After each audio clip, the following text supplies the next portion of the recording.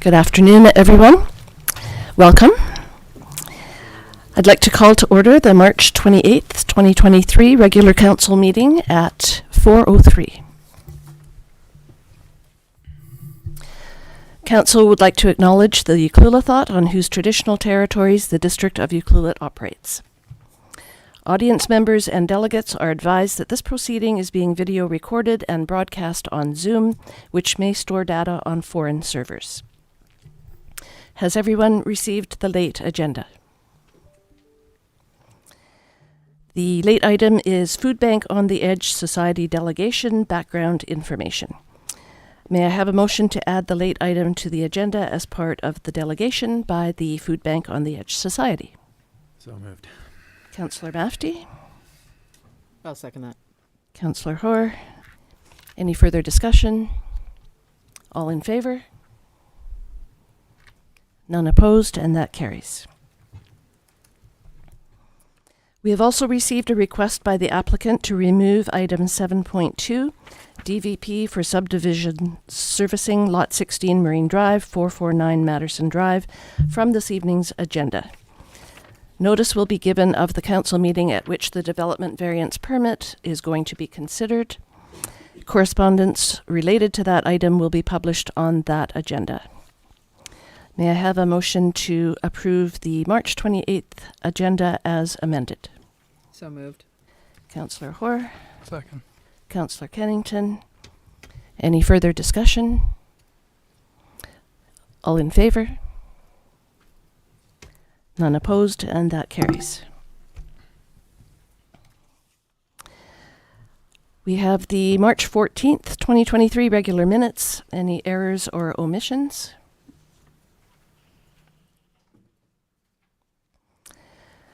Seeing none, may I have a motion to adopt the March 14th minutes as presented? So moved. Councillor Kennington. Second. Councillor Mafty. Any further discussion? All in favor? None opposed, and that carries. We have 3 delegations today. Delegates are asked to please keep their presentation to 10 minutes if possible.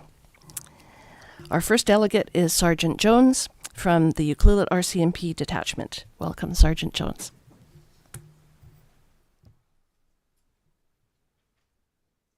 You may have to turn that mic on, I'm not sure. Hello. Well, thank you for having me. I'll stand back a bit so it's not so loud. I just want to introduce myself. I'm the new detachment commander that's come to Uki here. So my name's Mark Jones. I don't go. I know there's titles. I'm very informal. I like being called Mark. My mom didn't name me Sergeant, so please just if you see me, just call me Mark. I'm very friendly. I like to introduce that way.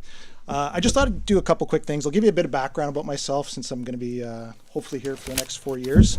I come with 26 years experience. I've been a police officer for that long. I've been very fortunate to be mostly in British Columbia. I've been in small towns, large towns, and I've just recently come out of the Northwest Territories. I had an opportunity to run a few detachments. I've come with some interesting experiences. Like I said, I come with some background in some drug work and different things like that. I've been on different projects.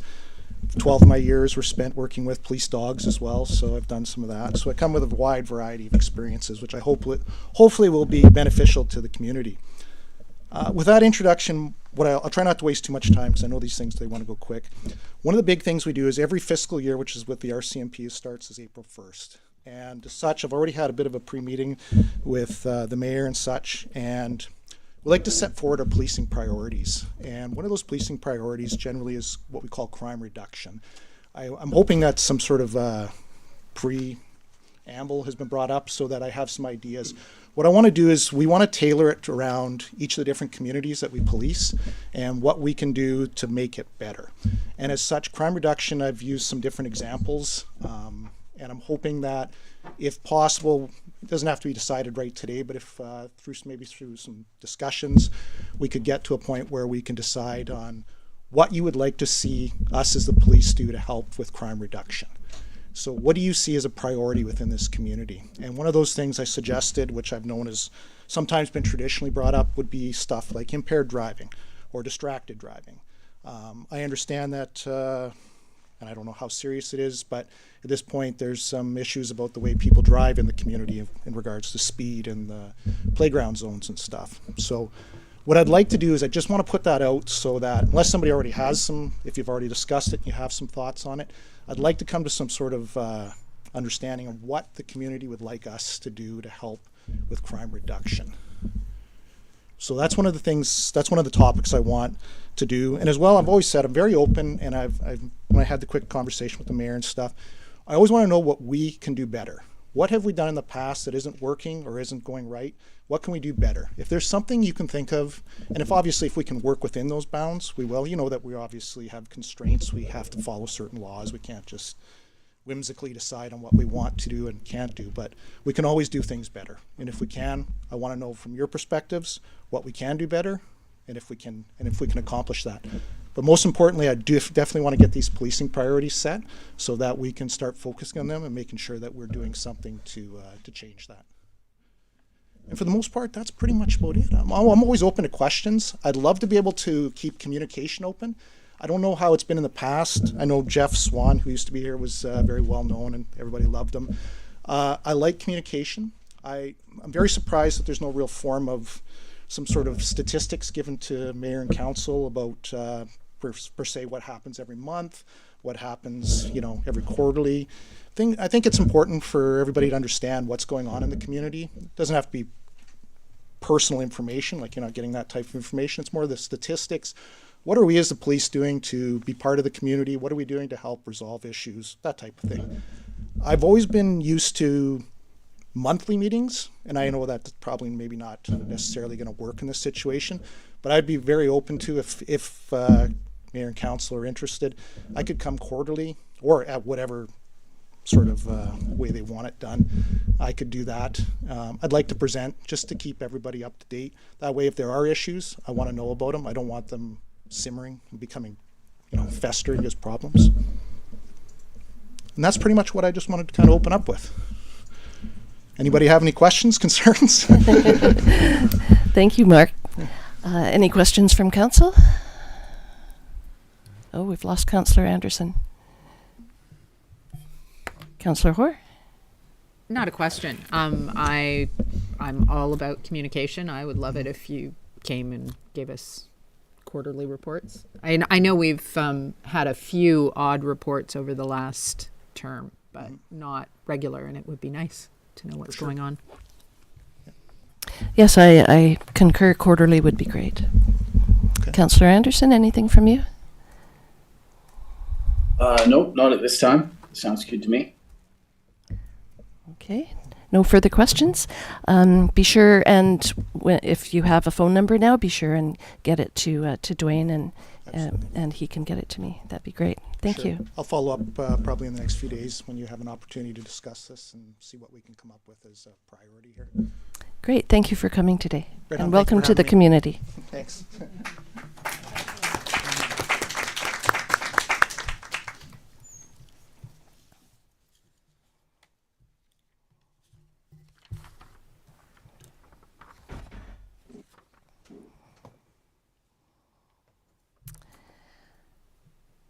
Our second delegation is Chris Martin and Mako Noel, Food Bank on the Edge Society, regarding replacing the building for the food bank on the Edge. Welcome, Chris. And Mako. Thank you. I know I have mine. I don't have yours. I have mine. We're just learning to work together. No, I just have. Here, is this what you want? That's perfect. Okay, I have perfect, that. Okay. perfect, it's perfect. Go for it. Good afternoon, everybody, Mayor and Council and audience. I'm Chris Martin with the Food Bank on the Edge. So I'm here to give a brief history of our building, and then Mako's going to follow up. So our building, which started in 1989, was a kindergarten classroom at the time, and it was moved to the seaplane-based location where it is today, and it served as a daycare. At that time, it was donated to our society in 2006, and in 2007, the Food Bank on the Edge opened their doors. In 2015, we raised money to put a new roof on the building and also build an extended roof over the deck. So we've had some improvements done in that period of time. At the end of December in 2014, we terminated the contract with our paid coordinator due to financial reasons. And so since that time, we have been a 100% volunteer organization.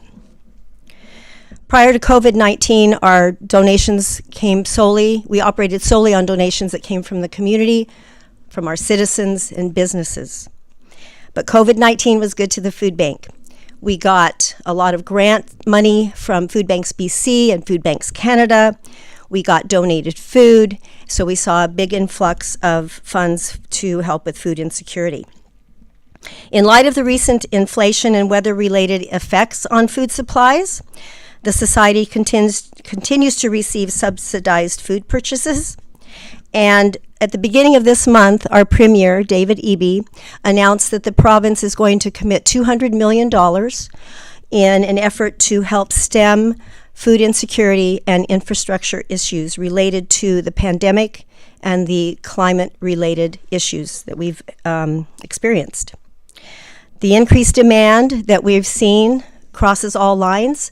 I'm sure I don't need to tell anybody about the effects of inflation that have affected all of us. And trust me, everyone in this room, you either know someone who has used or is using the Food Bank on the Edge.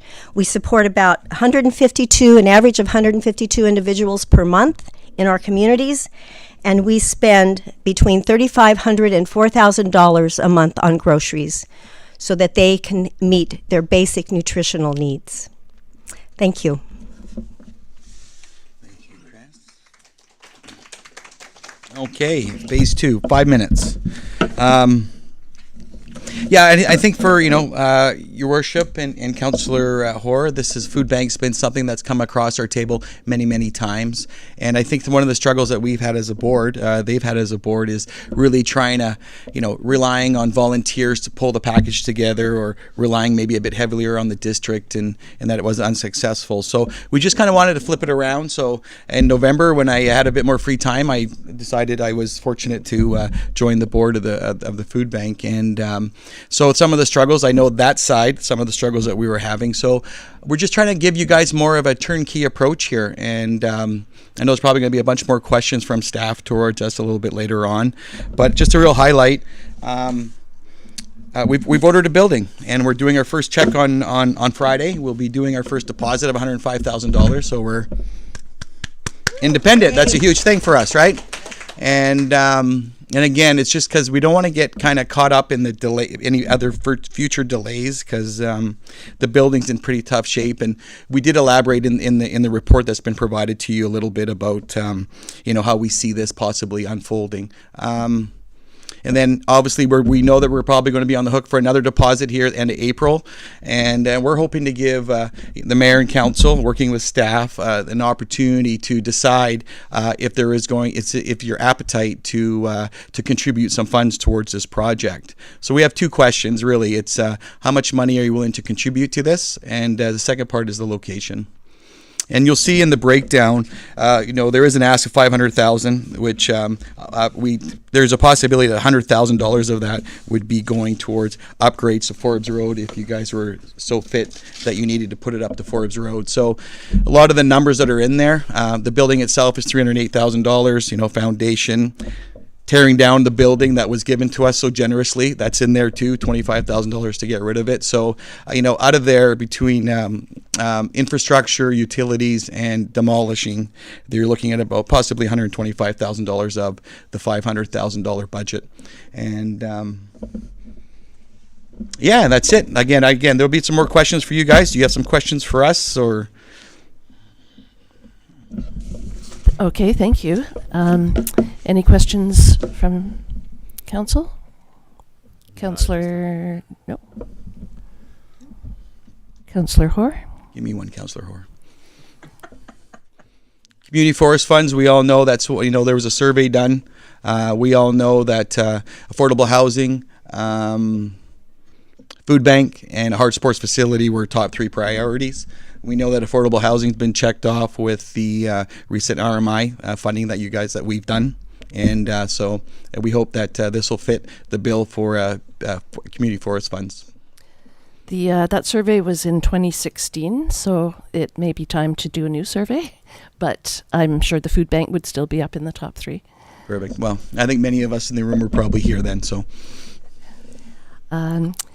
There were some motions back in 2021. I think that's when the food bank was looking for a grant, and council provided a letter of support, which you'll remember. Council also supported leasing the proposed area to the food bank on the Edge for a nominal fee for an initial period of 10 years for the purpose of constructing and operating a community food bank. And also, council supported contributing to the project to offset site servicing and construction costs, with confirmation of the amount and source of funding to be determined in the 2022 budget process. So those were all council motions. However, the grant was unsuccessful, I believe, and so nothing went into the 2022 budget for this. And equally, 2023, we're just finalizing our budget now. And so it's a little bit of a late ask for us, but I think there might be some possibilities, maybe with community forest money. But I think the thing to do would be to refer it back to staff for a report. Absolutely. So just before I make a motion, anything you would like to add to that, Councillor Hoare? No, I knew we had done the support of the grant previous. I didn't remember all of the motions. Thank you for having that at hand. We all know I support the food bank. It's one of my things. Chris and I talk every week.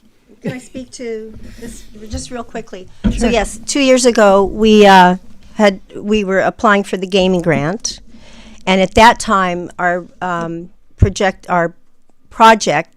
was a greater project than this one.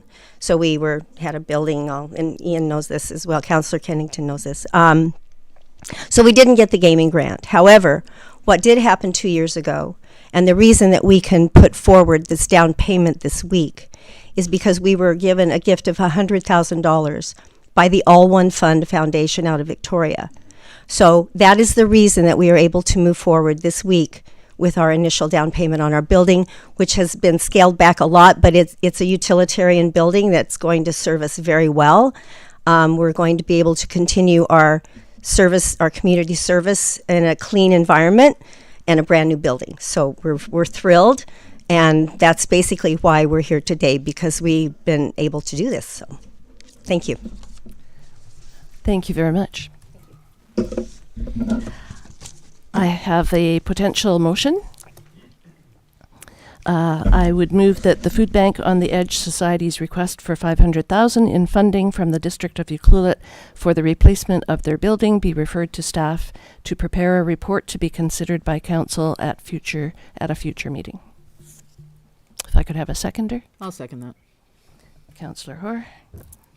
Any further discussion?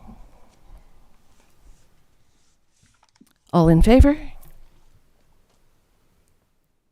None opposed, and that carries. Thanks for your time, and I appreciate it. We look forward to working with you. Thank you. You had one last point there.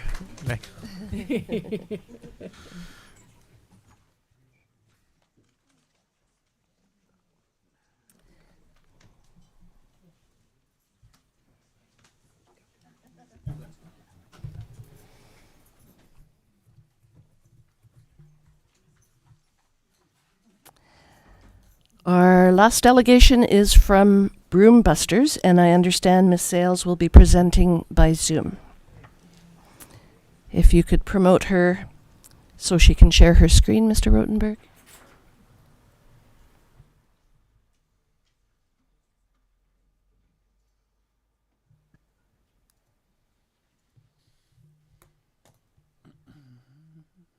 Okay. Good afternoon, Mayor McEwen and council members. My name is Joanne Sales, and I'm the Executive Director of Broom Busters Invasive Plant Society. Thank you for letting me speak today. I want to share a screen.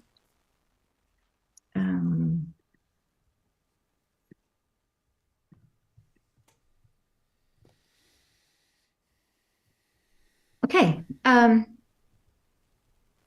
So, as you know, Qualicum Beach has presented a resolution to AVICC calling for action to stop the spread of Scotch broom, and I believe you have a copy of the resolution. I'm here to explain why this is important. Scotch broom has been getting off scot-free for 170 years on Vancouver Island. It first arrived 1850 in Souk, and it has been spreading north all over the place since then. These photos are from New Zealand. Okay, now New Zealand didn't know how broom and gorse combined with this will take over, but we do. I get photos sent like this from visitors that go there, and they're appalled. So our question is, couldn't we stop the spread of broom before this happens to Vancouver Island? One of the major problems is that Scotch broom increases the risk of fire danger. If you look at this photo, you can see a fireman and a truck there next to this fire. So you can see how huge this control burn was in Powell River. Terry Peters, who's the fire chief and emergency services in Powell River, says that Scotch broom increases a wildfire's fuel load, escalates fire intensities, and make fires more difficult to fight, which you can imagine is like kerosene when it runs into dry broom. So climate change will bring us drought and hotter temperatures in which Scotch broom will thrive and act as a volatile flash fuel, increasing the risk of wildfires and specifically urban interface fires. Part of the problem is that broom in the summer has naturally occurring dry branches and high oil content. All of these photos here are live broom. This was during a very dry summer. Okay, so you can see how this would be so flammable. We had not cut this broom yet. One of our other problems is broom covering transmission lines. BC Hydro does not control the spread of broom because, as they said, there is no pressure from governing entities. So that doesn't work in our favor, although the yellow looks like dandelions, is actually really tall. You can see I'm walking there under the transmission lines, and you can see some of that broom is 12 feet tall. Broom on the transmission line greatly increases danger that fire could spread across the island. It carries seeds to previously broom-free areas, and it blocks escape routes if that should become necessary. Broom spreads densely and rapidly and grows huge quickly. Scotch broom is not a tree, it's a woody weed, so it grows fast like a weed does. And so it overtakes our trees, which are much more slow growing, takes the nutrients, the water, the sunlight, and so then we end up with broom forests instead of our native trees. Our native trees cannot compete with Scotch broom. And here you see Scotch broom moving from the transmission lines, from gravel pits and logging roads into young forested areas. Okay, so we end up losing our forests, and we also lost timber sales. The figures that I have are in Oregon, 2014, they lost $47 million in timber sales. And in Washington in 2017, a forecast of $142.7 million lost just because of Scotch broom. These are photos from outside Parksville. Broom also negatively impacts agricultural production. Scotch broom is toxic to grazing animals like cattle and wildlife, deer, bears, but it displaces their grasses and the native foods that they do need. Scotch broom releases toxins and changes soil chemistry so that even after broom is removed, the soil is no longer as suitable for our native plants. It's called the scourge of pasture land. When broom takes over, it's hard to reclaim. And the reason is a single plant produces 18,000 seeds viable in the soil for 30 plus years. So on these two farms, if you can imagine later trying to turn the soil, that you would be encountering Scotch broom coming up for decades. We all have private property problems. Land is too often stripped of trees, cleared for development or for farming, but then the land is left neglected and broom takes over. The larger picture there, that was how much grew in only 2 growing seasons. There was a forest there, it was cut down, 2 growing seasons later, that's how much broom was there. The smaller top photo, the broom has been gone, or the forest was gone well over 10 years ago, and not a single tree has returned.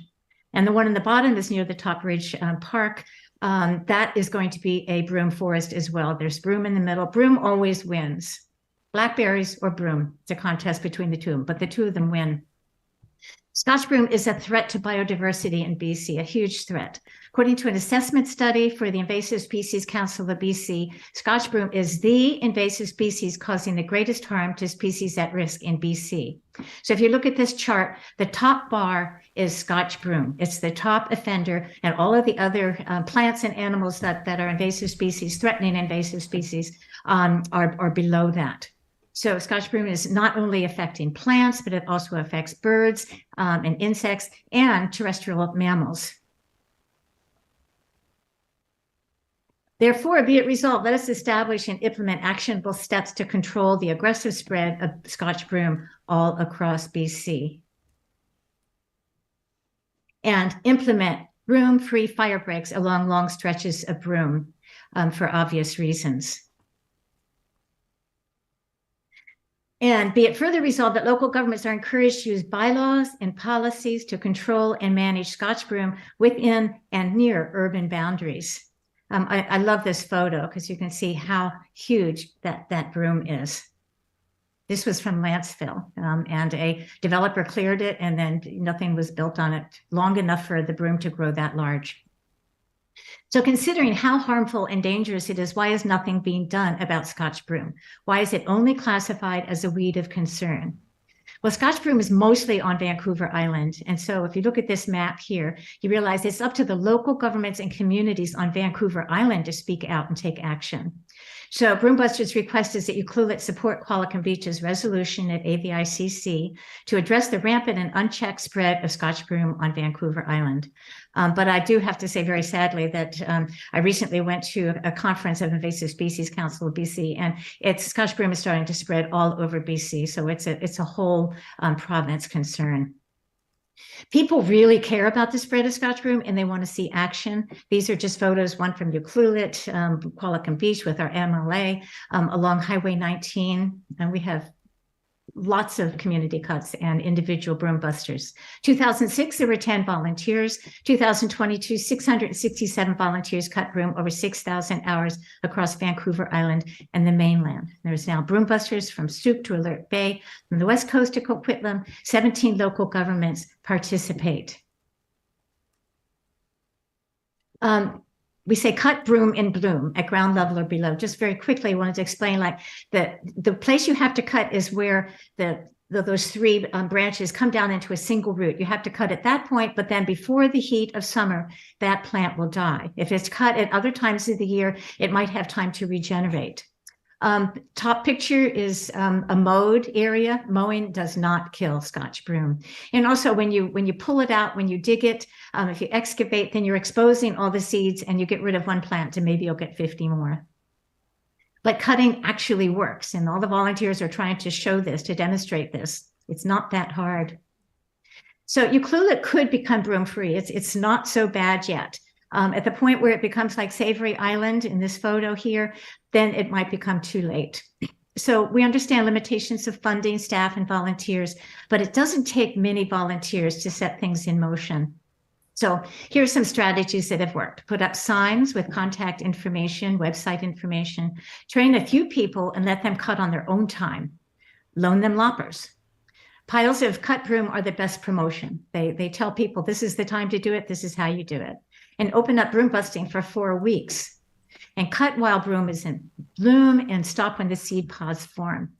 Now, broom knows no boundaries. And as you know, broom is spreading on the Tofino-Ucluelet highway just outside of Ucluelet, as well as within the district. So how can Broombusters help? And so here I make a confession. I love Ucluelet. I come there whenever I can, and I've spent so much time, on the bluffs. So trying to figure out how to make things work in Ucluelet so that you can get control of the broom. So Broom Busters would be able to pay for 2 or 3 hours of chipping by the Northwest Tree Service. They help us in the Alberni Valley. We'd be happy to do that. The town might even decide to use the tree service to get rid of the broom that's actually in their town. It might be cheaper than having the staff do it. Anyway, love to talk to you about that. And we want to help in whatever way we can, signs, loppers, whatever. Also, broom bylaws really help. Municipalities that have passed bylaws since they started broom busting include Qualicum Beach, Parksville, Campbell River, Lanceville, Nanaimo, Port Alberni. It makes a huge difference because then people really do understand that broom is not wanted by the district, that they're going to take it seriously, and usually they can prevent it from becoming bad. So we can't leave this problem to future generations. It's already been left too long, and it's not that hard to stop the spread of broom. We know how to do it, and let's stop the spread of broom. Thank you very much. Thank you, Ms. Sales. Any questions from council? Not a question, just a comment. I liked your presentation, and I think it's is an important issue. We take it for granted out here, but I've noticed broom before, and it's only a matter of time. It spreads like wildfire. Yes. I know Councillor Hoy? that in the past we've had broom busting happening in town, and we've had some partnership with the garbage guys or whatever to get pickup of the broom once it's cut. I'd like to see us do that again. Maybe work so that we can encourage it. Maybe we can get some extra loppers, and maybe they're, people can sign them out or whatever. I have a day off midweek and I can go and cut broom for a while. And yeah, I just think we should encourage this because it is a horrible spreading invasive species. We did have a few years back, Lisa Nielsen was kind of the champion of the cutting of the broom here in Ucluelet, and she organized the cuts. And then more recently, I think the district organized the cuts the last couple of years, and then with arrangements to have bins to dispose of the broom.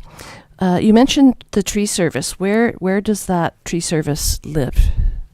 They're in Port Alberni area, but they do travel this way. And in a rough area like the side of the highway of the Tofino Ucluelet, what the Ministry of Transportation has recommended is we just chip it right in place, which I don't know what it costs to have the garbage truck picking it up, but chipping is what we do in most of the regional districts because it's the least expensive way to dispose of it. And when we chip it, we don't put it all in one pile so that it becomes a fire hazard, but it's spread out. And we stop before the seeds pods form so that there's absolutely no harm done by the chipping. So the tree service is willing to come out, but it is a bit of a drive. That's why, if there's other work that we can get for him to do the same day that he drives out, that would be great. But we would be happy to support in whatever way we can. Okay, so we would have staff get a hold of you for that service then. Great. Okay. Can I ask you a quick? Oh, Yeah, Councillor Anderson.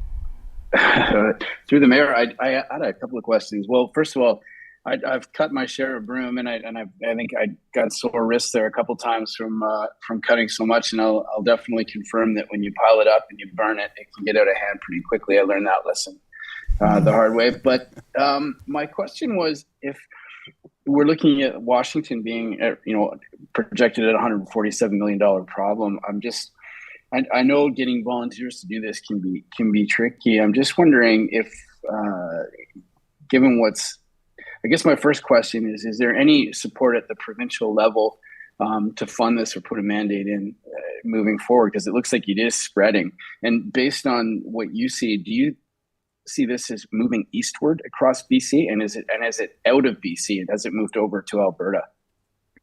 I don't know about Alberta, but it's definitely moving across the southern portion of BC.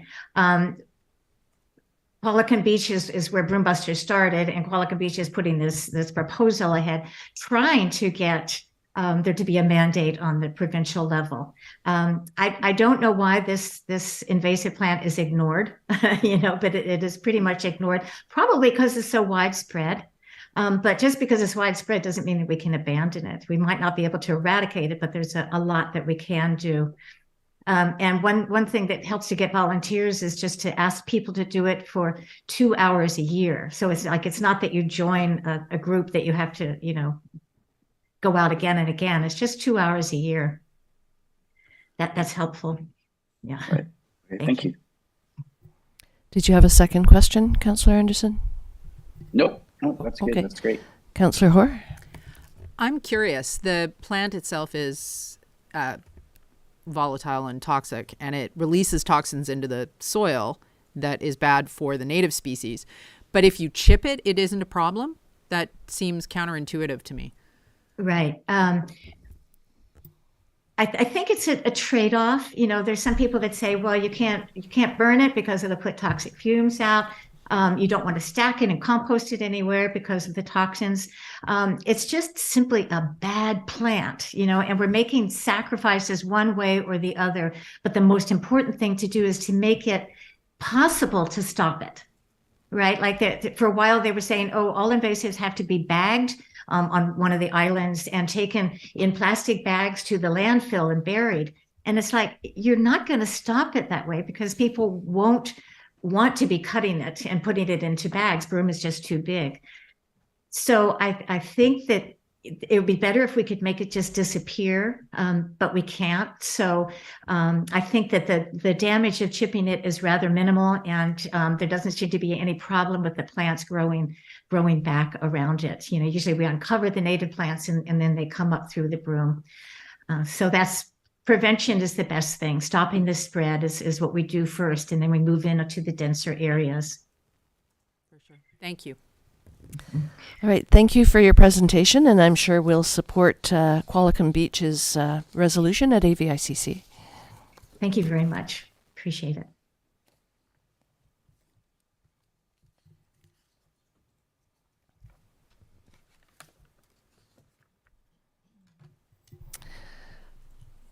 Is there any unfinished business? No, seeing none. We have 4 report items this evening.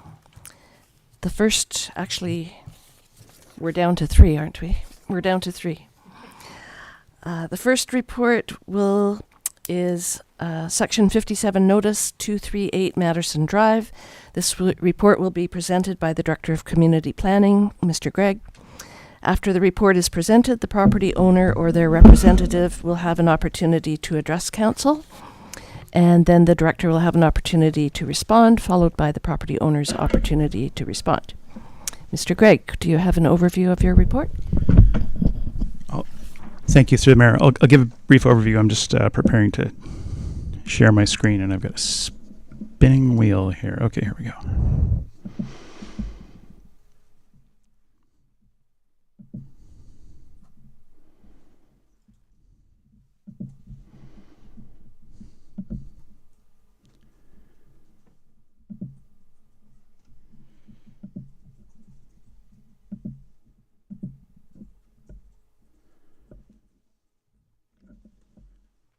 Okay, here we are. So this is a report by the municipal inspector on the property at 238 Matterson Drive, which is 2 legal parcels. So that's why it refers to as Lot 10 and 11. The house sort of sits on 2 parcels along Matterson Drive.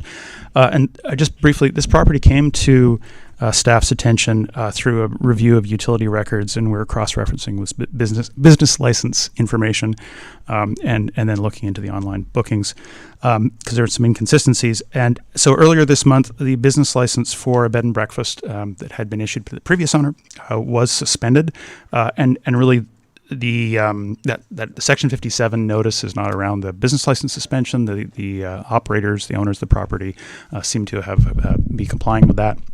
and are not operating the B&B. But the review led to a site investigation by the municipal inspector and the fire chief. And really, as a result of that, there were a number of potential health and safety issues identified or observed. And so that's where the Section 57 is sort of brought forward. And so a number of do not occupy notices were the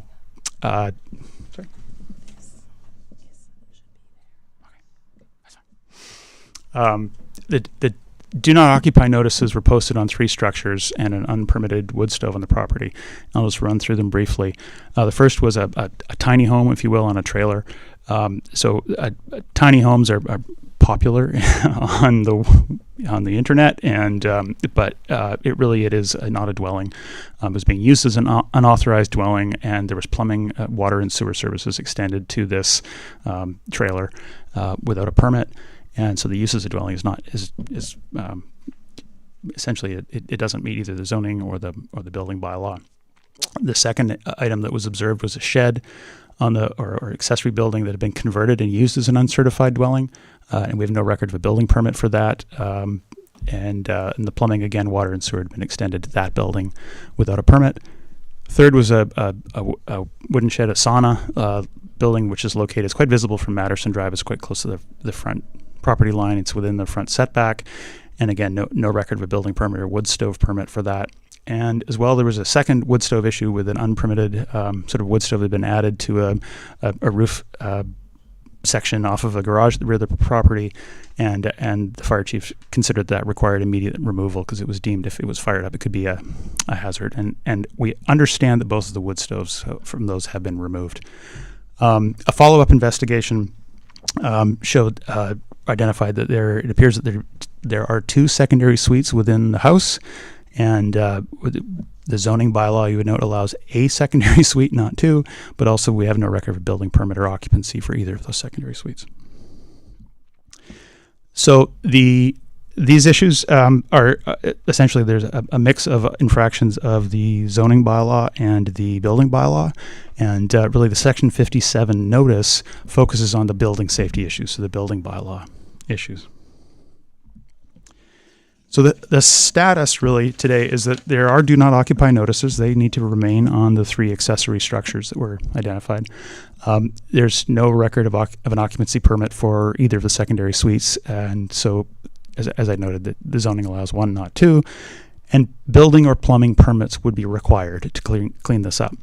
And so removing plumbing to the accessory building and trailer, the water and sewer connections, which aren't authorized and weren't done, those would need to be done under a permit to document that they were removed, as well as confirming that any alterations made within the house, that they would meet the minimum standards for health and safety of the BC Building Code for a secondary suite.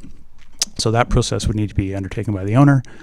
And as I noted earlier, the wood stoves, those immediate fire safety issues appear to have been removed, and but also that the owner on March 16th had indicated they intend to sell the property, and that's where the Section 57 of the community charter authorizes the registration of a notice on title, and that's it's a tool that I think it may be appropriate, and this would recommend is appropriate in this circumstance, because if the property sells and the notice on title alerts the future owner to the bylaw contraventions, so there aren't any surprises and they know what they're getting into, and or the owner may choose to resolve those contraventions before selling.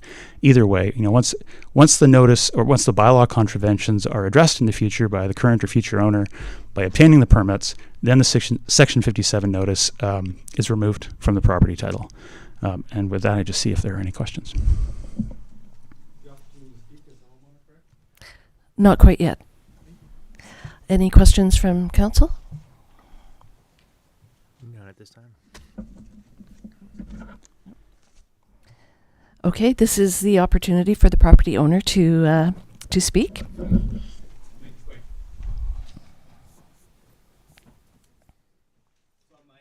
super grateful to be here and be a homeowner of 2 properties in this beautiful district. I've had the opportunity to meet a couple of awesome representatives, including this young lady, Nicole, and Brittany. Seem like they're really doing a great job for the district. And just your name and address, please. for the Mike record. Giordano. I live in Claremont Avenue. I'm the owner of 238 and 256 Matterson, which is why I'm here today. So I just wanted to address a couple of quick things. I'm just going to run through the information that was provided.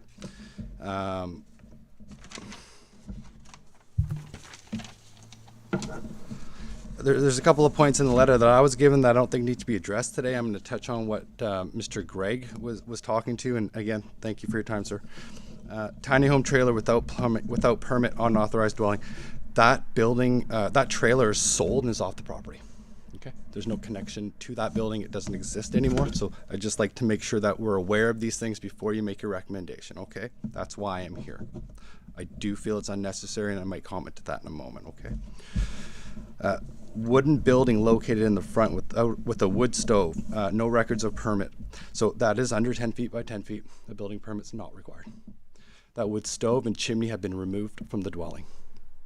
Okay. I also want to note that anything that's been asked of me, I've done the moment I've been able to, including shutting down my Airbnbs, evicting people from these homes which are occupied by full-time Ucluelet residents. Never once were they rented short-term, for the record. Unpermitted wood stove outside has been removed, and the chimney as well going up to the lean-to. Okay, so I understand that most of the concerns have been addressed by myself, the homeowner, already. Okay, the wood stoves are gone. The plumbing is not connected to a tiny trailer that doesn't exist there anymore. The shed in the back, which is under 10 feet by 10 feet, does not require a building permit. It was not converted to an accommodation. It was built purpose for that by the previous owner. Okay, I inherited these. That has been disconnected from water, has been disconnected from the sewer, and has been disconnected from the electricity that was run to it. I have a bill of sale with me today that states it's sold. It will be removed from the property by April 30th. I think the things that were addressed to me prior to this meeting, which were on this list prior to this meeting, have all been addressed. There's talk about secondary accommodations in that home. I'm going to speak to that really quick. The license that I have is to run B&Bs. 3 bedrooms, which I have in my basement. I understand I'm non-compliant due to the fact that I have stoves and fridges that are oversized. These are not unauthorized accommodations. These are bed and breakfasts that are non-conforming. This can be addressed very quickly by myself if I choose to reinstate my business license. I have no intent on doing that. Because of these things, I'm really hoping council decides not to put a notice of title on my property. I'm a licensed realtor. Full disclosure is extremely important. If I do not disclose things that are unauthorized, non-conforming, I'm in big trouble. I don't need any help. I also want to make a couple other quick notes.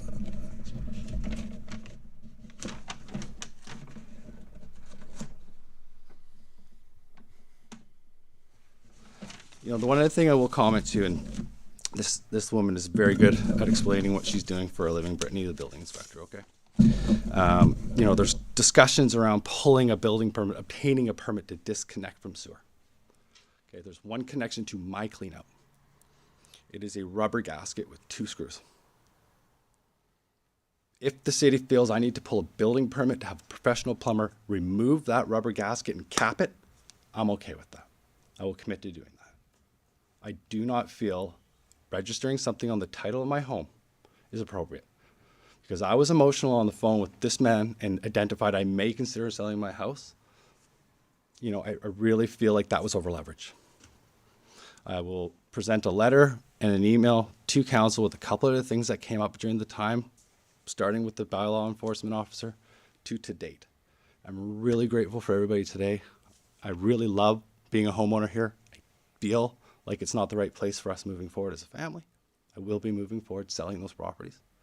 And I'll do everything I can to continue to be compliant moving forward. All of the stuff that was addressed in this letter was inherited by myself when I bought the property. I understand it's non-conforming. I understand it's against bylaws. I've done everything I can to address it. I'm asking you to please leave my title alone. Does council have any questions for the property owner? The Section 57 notice on title is mainly because I think the owner was considering selling the property. Is that correct, Mr. Gregg?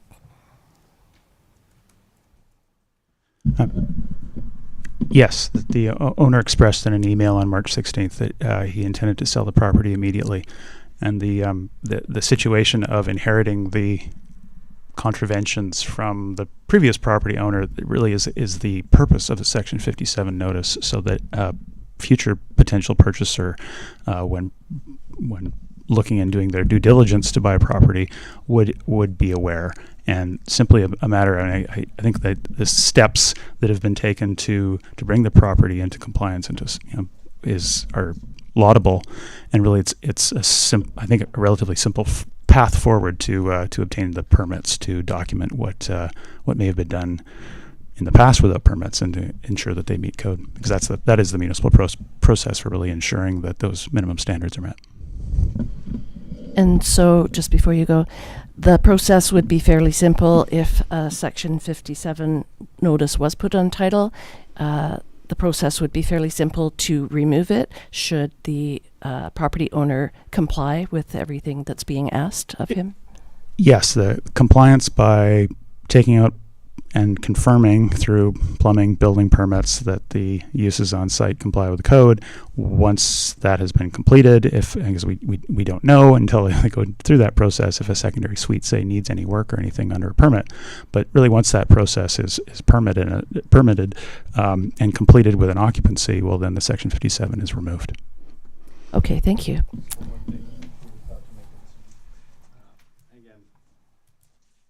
As far as I can see, there's one item potentially that would result in council wanting to register this, and that is, again, a rubber gasket that's connected to my sewer cleanout that would require a building permit. Seems a little unreasonable to me, frankly. Again, we're talking about unauthorized accommodations, where I think the language should state non-compliant bed and breakfast as per the license that this municipality issued me. A bed and breakfast does require an owner or caretaker to be living in the house. Like I said, we've foregone the license, okay? Understanding that we were non-compliant. But these were not unauthorized accommodations. This was a non-compliant business license. I think it's come to this point because of the volume of issues that were discovered, and as Mr. Gregg has stated, it's a very simple process to just get re-inspected to have the Section 57 removed once it's put on. It's not a difficult thing. My concern as a homeowner is this process is lengthy. I have a subdivision and rezoning application in with this municipality. I have given everything to you months ago, and yet we're still not talking about it. How long is it going to take me to obtain a building permit to remove one sewer connection from my cleanout outside? It's concerning for me, and it's unnecessary. I also want to state that we're talking about work that was not done with a permit, or I was told it was. Okay, I have a list of the work that was done to my home since it was constructed with permits. There's the home, does not have a permit, and there was a carport that was constructed in 1971. I have a detached garage, which I was told by the building inspector they know about, but it's not listed under the work that was done with permit on my property. As well as the previous owner reinforcing the wall that was a carport that was framed in, insulated, and run as a daycare before he purchased it. Okay, he's giving me the name of the building inspector, the city planners, that all went through and approved this work in the home in 2004. Where are these records?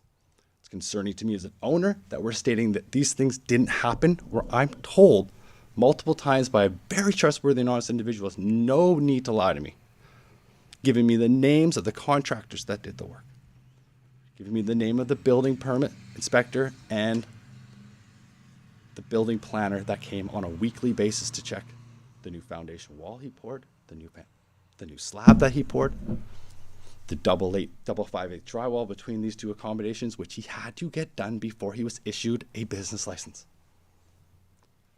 The district should not be approving a business license without going into this municipality and looking at this residence and making sure it is safe for people visiting and paying money.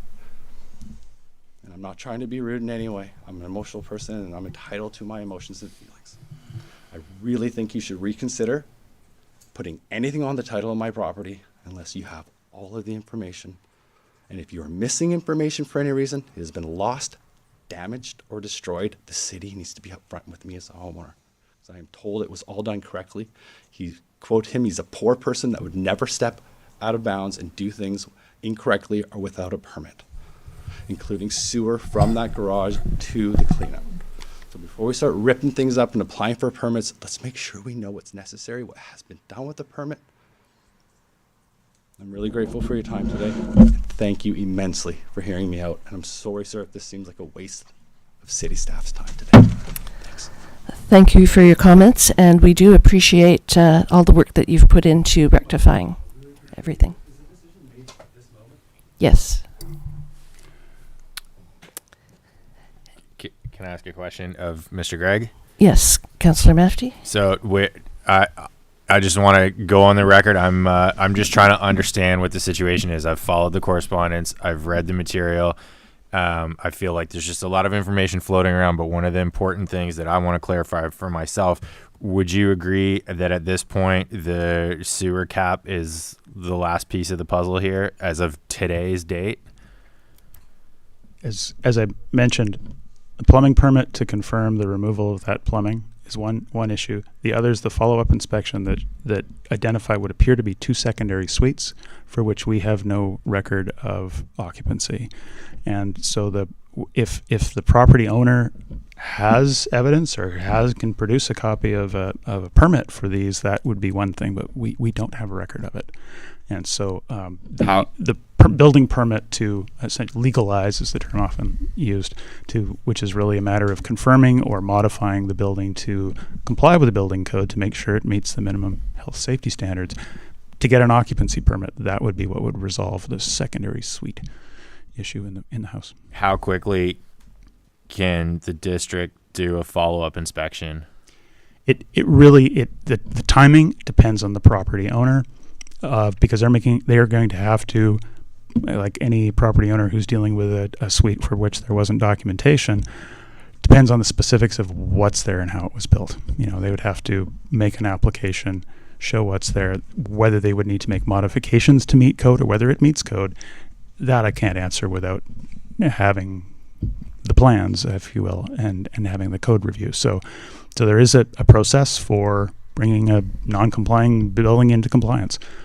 That's what the current or future owner would need to do. Once that's completed, the notice would come off the title, so it wouldn't, it's no longer necessary at that point once those issues are resolved. Thank you.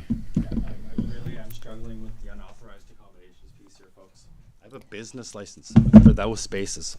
I am non-compliant because of a stove and one full-size fridge, 3 bedrooms, B&B. Why are we talking about unauthorized accommodations? Sir, can I jump in? Mm-hmm. Is that so through the mayor? But I understand your frustration. I do. I do.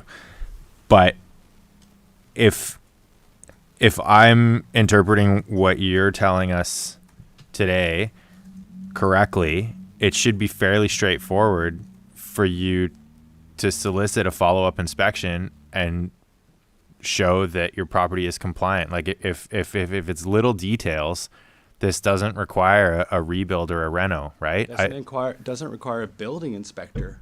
It requires a bylaw officer to review the fact that my stove isn't there and that's been capped. She's told me. Yeah, but this isn't like a major imposition on your time, is it? We're talking about placing something on my title and referencing unauthorized accommodations on that charge. It's inappropriate. Period. But if you do become compliant, then that it can be removed. It's not on there forever. Why don't we change the language to a non-compliant bed and breakfast license as per the license that was issued? Not unauthorized accommodation. I've never had anybody there full time. No one's ever rented those homes for me. I was running a bed and breakfast. Okay, it's just. I'm looking at the recommendation for the motion, and it does until when? It does not reference what you're referring to. It doesn't reference. Her called me because she saw my short-term rentals online. Okay, I think we're pretty much done here unless council has any other questions for the property owner. I'm extremely concerned that my perspective and point of view is not being addressed or heard. I think And we I have not only make any heard you. threats, but I absolutely intend on litigation. If we maybe don't take a step back and readdress this at the next meeting, change the language for the notice of title to reflect what's actually happening in the home. Have you looked at the recommendation for the motion? When I received the letter, nothing was spoken about unauthorized accommodations on my document. Period. There's nothing in this motion about unauthorized accommodation. It was on the spreadsheet, on the slideshow, so my apologies. Yeah, I think we're ready to move forward unless council has any other Because of questions. one sewer connection to my cleanout, folks. That should be a speedy fix. Have you applied? I don't want to get into a discussion, but have you applied?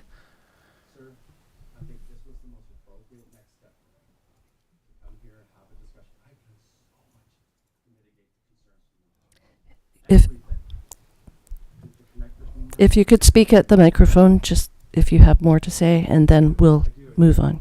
And again, I'm so respectful of everybody. I'm sorry I'm taking all the general public's time. Bottom line is applying for a building permit to remove something that's on title for a sewer connection that just needs to be capped. That would take my plumber 1 hour, who's certified, is inappropriate. I'm sorry. I respect your decision, and I'm really grateful for your time. Councillor Kennington, I have a question for Bruce, go ahead. through the mayor. Has there been any time when records have been destroyed at the district related to building permits? I know, in the past, things were fast and loose and things have changed, but there's a lot of this in town, and this might not be the last time we see this kind of thing where, houses were just added onto and that's the way it was through lax inspection, whatever it is.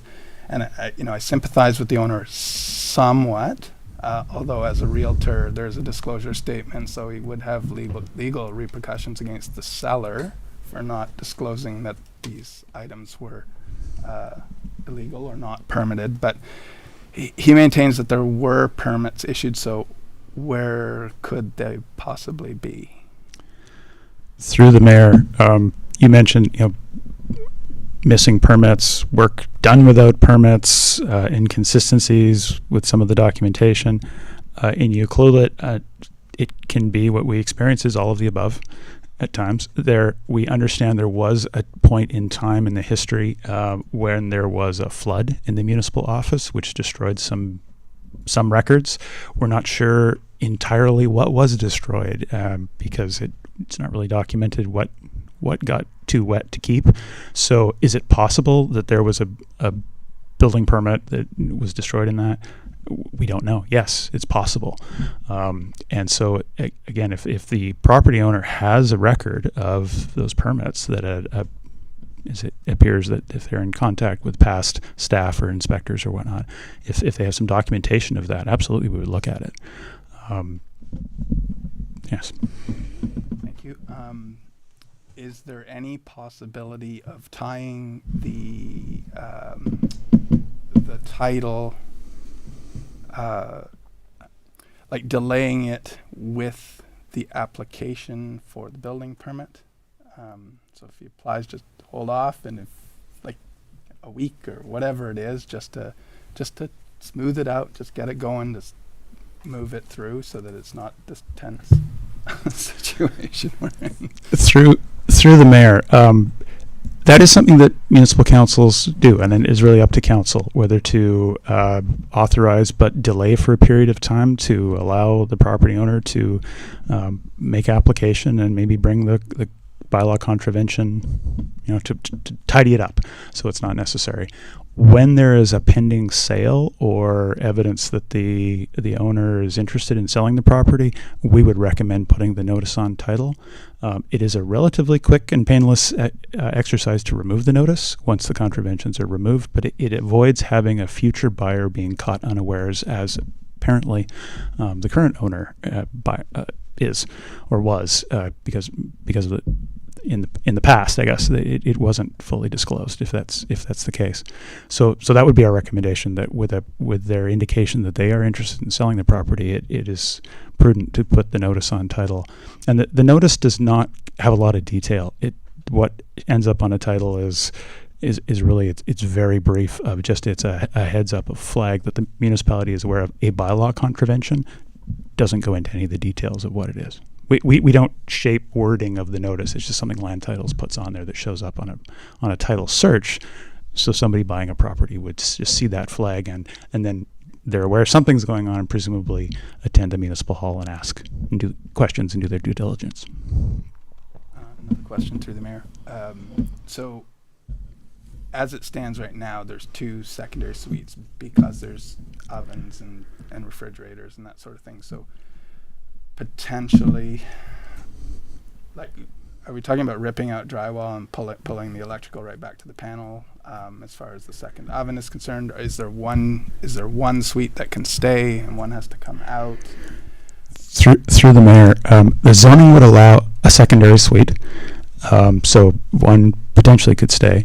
But any of that, the way to document that would be through a building permit process. We don't know the details because we don't have the details. We haven't seen that. There was simply a follow-up inspection where the property owner kindly allowed staff to view the inside of the house, and it appears that there are 2 kitchens, 2 suites, but we don't know the details of drywall and electrical, or it's because we have no records of permits being taken out at this point. It appears that there was work that was done. However, we have no way of knowing whether that meets code. To know if it meets code is to take the drywall off, I assume, and make sure there's nailing plates on all the electrical and everything's been done properly. Or I guess if through the mayor, if the question is what kind of range of work do we see if someone is legalizing a secondary suite with a building permit, it depends. It depends on the building, whether the builder is around and can speak to how it was built. It sometimes means having a professional open up the wall to be able to see, basically see how it was constructed, and whether the necessary elements to meet code are there.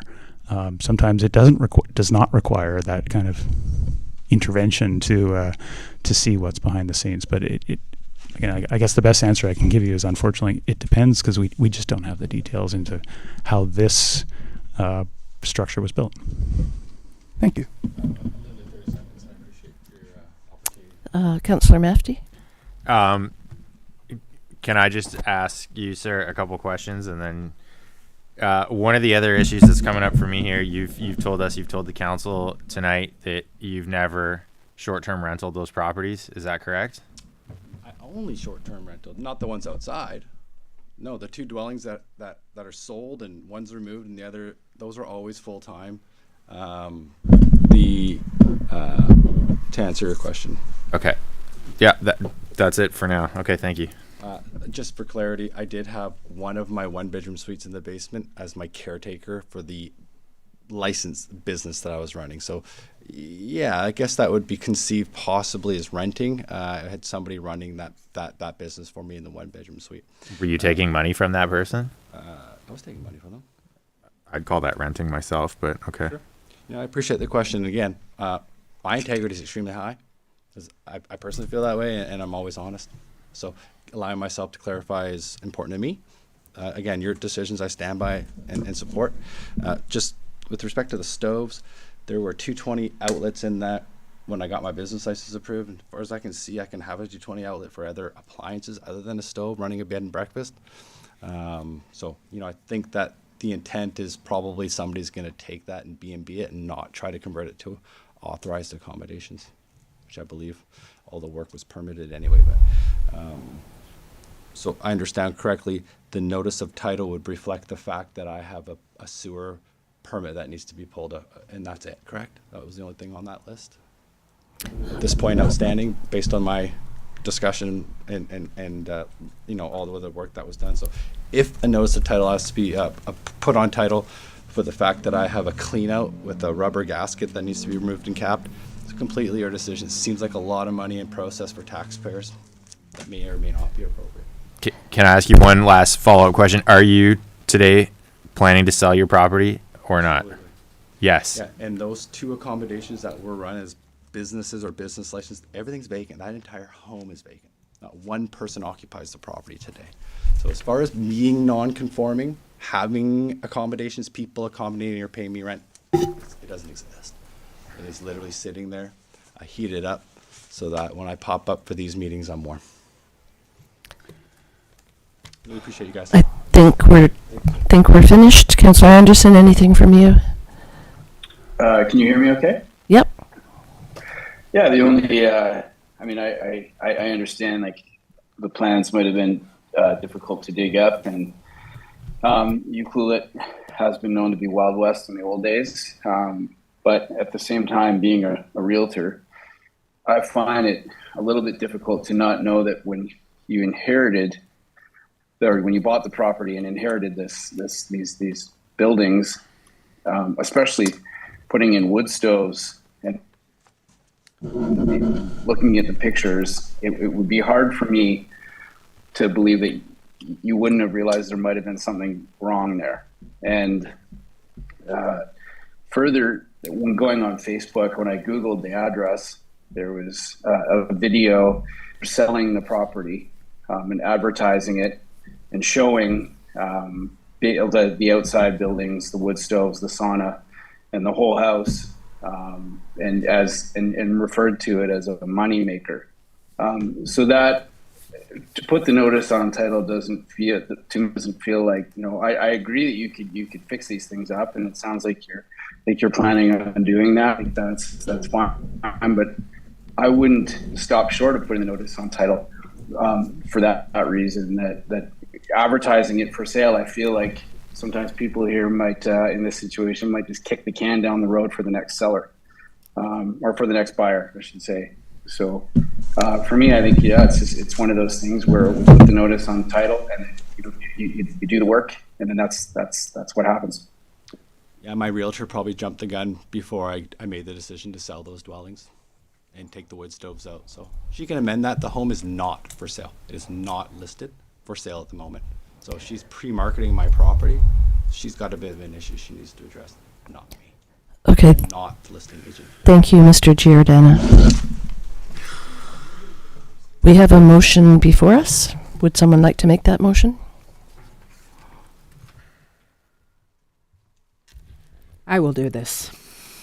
I will recommend that pursuant to Section 557 of the Community Charter, Bill 14-2003, Council authorize that a notice be registered with the Land Title Survey Authority against the land at 238 Matterson Drive, Ucluelet, BC, with a legal description of lots 10 and 11, Section 21, Clayoquot District Plan 11923, for failure to comply with Building Bylaw Number 1165, 2014, Zoning Bylaw 1160, 2013, and the British Columbia Building Code, which contraventions relate to the construction or safety of buildings on the property. Do I have a seconder?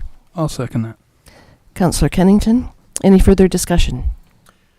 If I can- Councillor Mafty? Through the mayor, if I can just briefly address Mr. Giordano, not just for your benefit, but for the benefit of other people in the community that might face similar challenges. I feel like this is fairly cut and dried. At this point, your property's in violation. If you address the issues, the Section 57 is removed. And if you don't address the issues, this, in my mind, raises the potential that you are willing to sell the property to somebody else without resolving the infractions here. So for me, it's kind of like either you deal with it, in which case you're fine, or you don't, in which case whoever buys your property is going to be one of the many people that have already come before this council telling us how I didn't know that, I was buying into this nightmare. So I feel like then this should be really straightforward. I think maybe you're making this out to be more difficult than it needs to be. If everything's compliant, then this will be fine. Any further discussion from council? All in favor? None opposed, and that carries.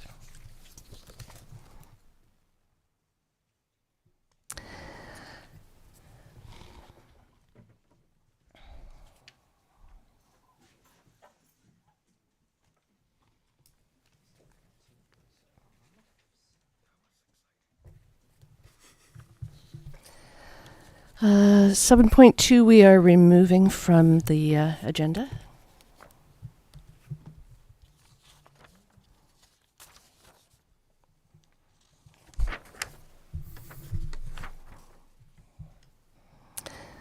Seven point three. 316 Reef Point Road statutory right-of-way. This report will also be presented by the Director of Community Planning, Mr. Gregg.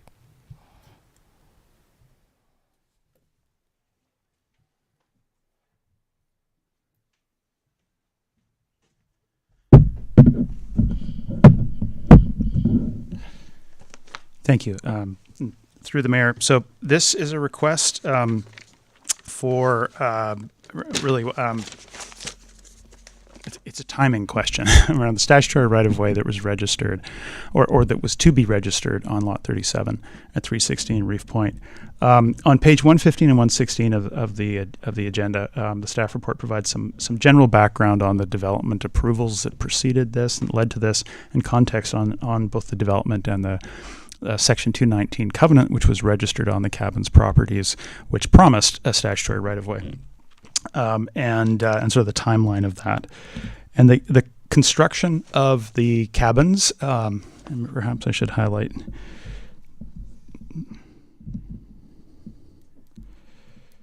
Sorry, I just need to grab.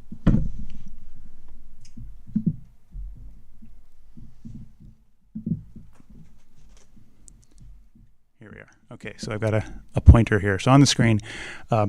Part of the approvals was really around the construction of new cabins, which anyone who's been down in that area see is well underway, well under construction. There's a number of parcels, I think it's 11 legal parcels total that were owned by the owners, that there was some consolidation that was going to take place as part of what they proposed to really create the lodge parcel, two cabins parcels, and the midden parcel. And that work is sort of the registration of the subdivision that would consolidate and redraw the property boundaries is yet to be done. And then the next step would be registering this statutory right-of-way. And the covenant that was registered on the title of all these parcels really set out the timing that allowed them to get started on the building permit first, and before occupancy of any of the cabins, before they ask or are granted an occupancy permit, the statutory right-of-way for the public trails was to be done. And so the request at this point is, since all of this was done, there was a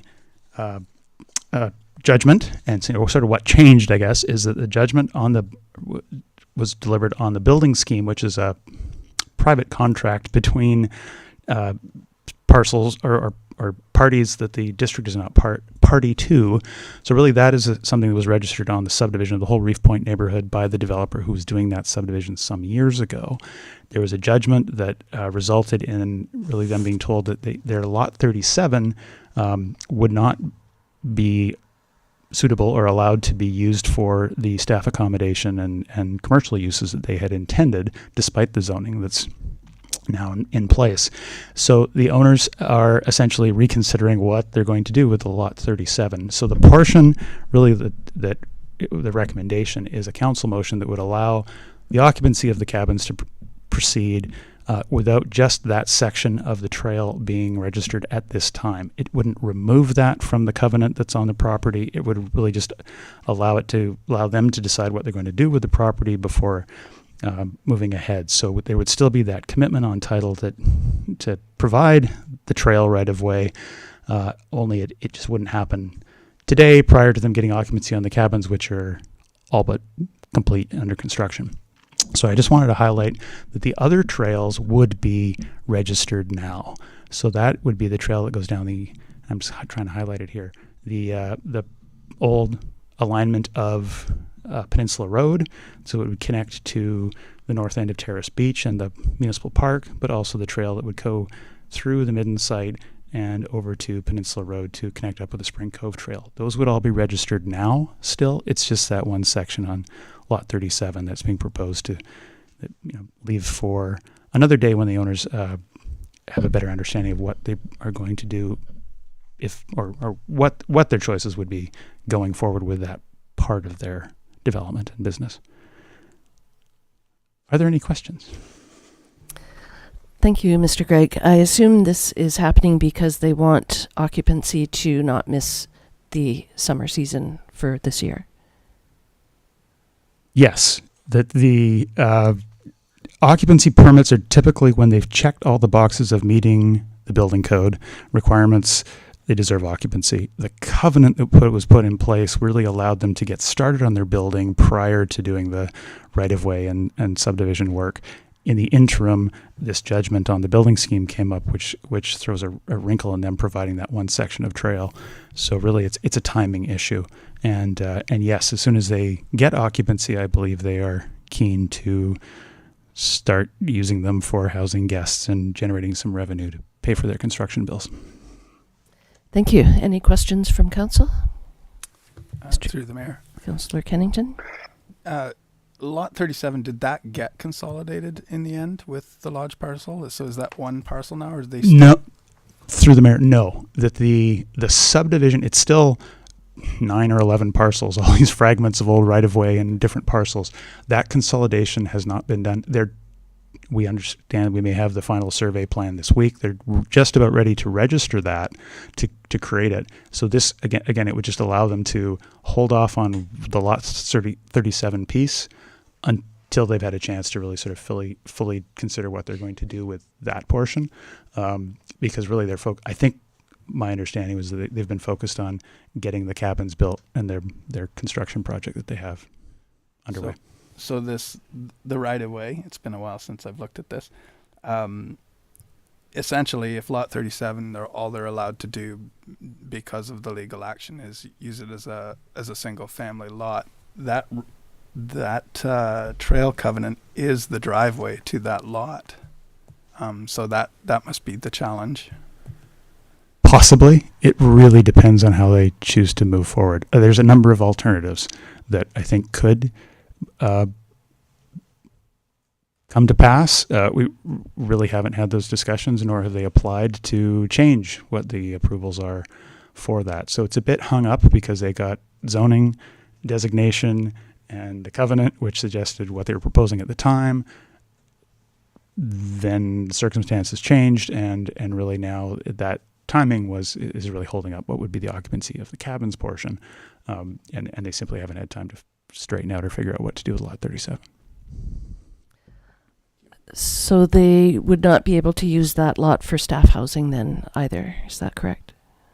Correct at this point. And so we haven't had a building permit for creating staff housing or anything like that. Again, I think they have, my understanding is that they have a substantial construction project underway, which has been their focus to try and complete that so that their operation isn't going, impacted too much during the summer. And I think that this is, fairly new, and so they're just looking to move forward. Great, thank you. Councillor Mafty? Through the mayor, just so I'm clear in my head, is there a theoretical possibility that moving forward, this trail could not come to pass? I understand that right now the request is to defer it, but is there a scenario whereby if it's deferred, it might never be set aside? Through the mayor, there's a scenario that could happen. I think that really would mean that the property owner is simply sitting on a vacant piece of property. I fully would expect that as they move forward, they're going to want to do something with it.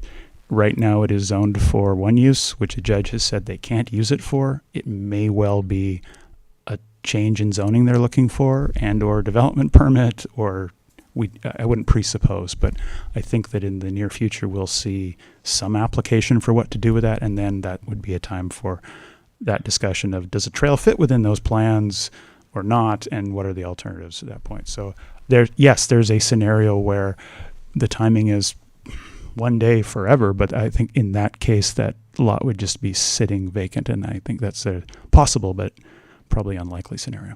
Thank you. Councillor Hoare, anything from you? No questions. This one is a little hard to have to delay anything on, but I'm really happy that the other trails are going to be dedicated through the Midden parcel, and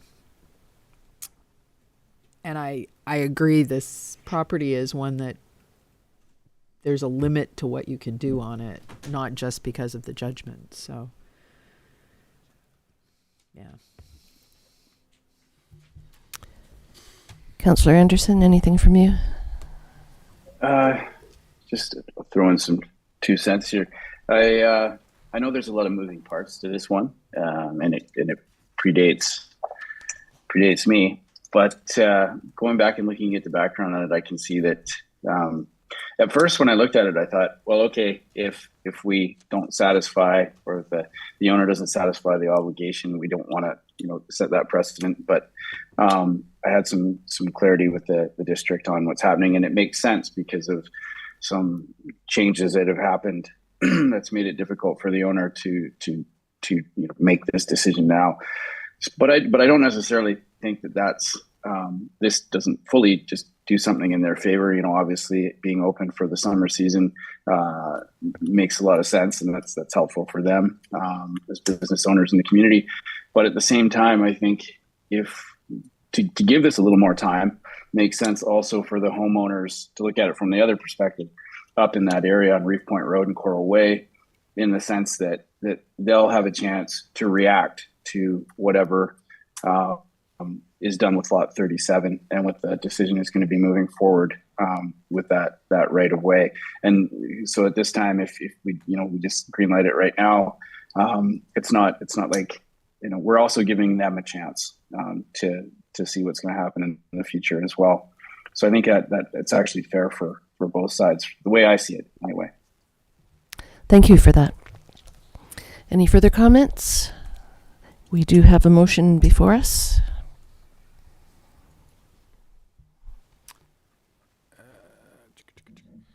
Councillor Mafty? I'll move that council direct staff that despite the restrictions agreed to by the landowner in covenant CA 9319924, occupancy permits may be granted for the new buildings at the cabins at Terrace Beach ahead of consolidating the lodge property and registration of a statutory right-of-way for the section of proposed public trail crossing Lot 37 located at 316 Reef Point Road. Thank you. Do I have a seconder? I'll second. Councillor Hoare. Any further discussion? All in favor? None opposed, and that carries. Thank you.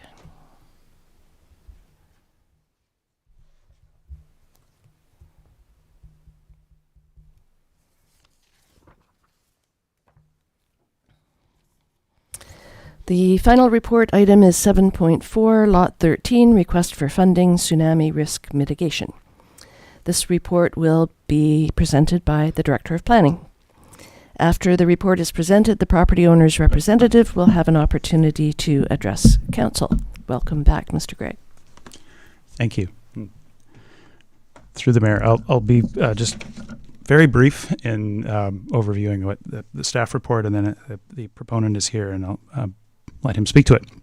Really, this is a request from ACMC Holdings for additional funding for supporting the Attainable Affordable Housing Project on Lot 13. The request is for an additional $330,000 of funding, which would bring the total potential municipal contribution to $650,000 for the project.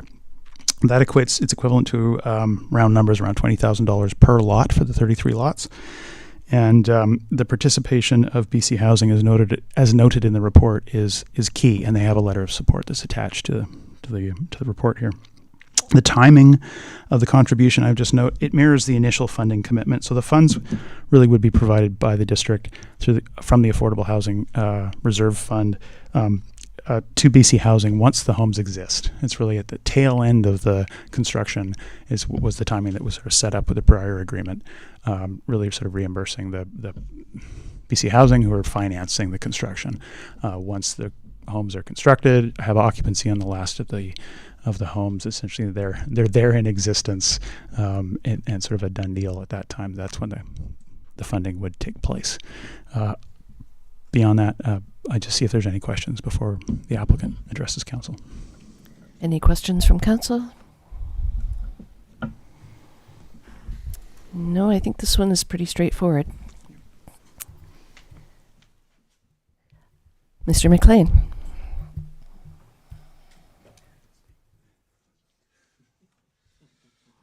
Welcome. Yeah, it's been a while.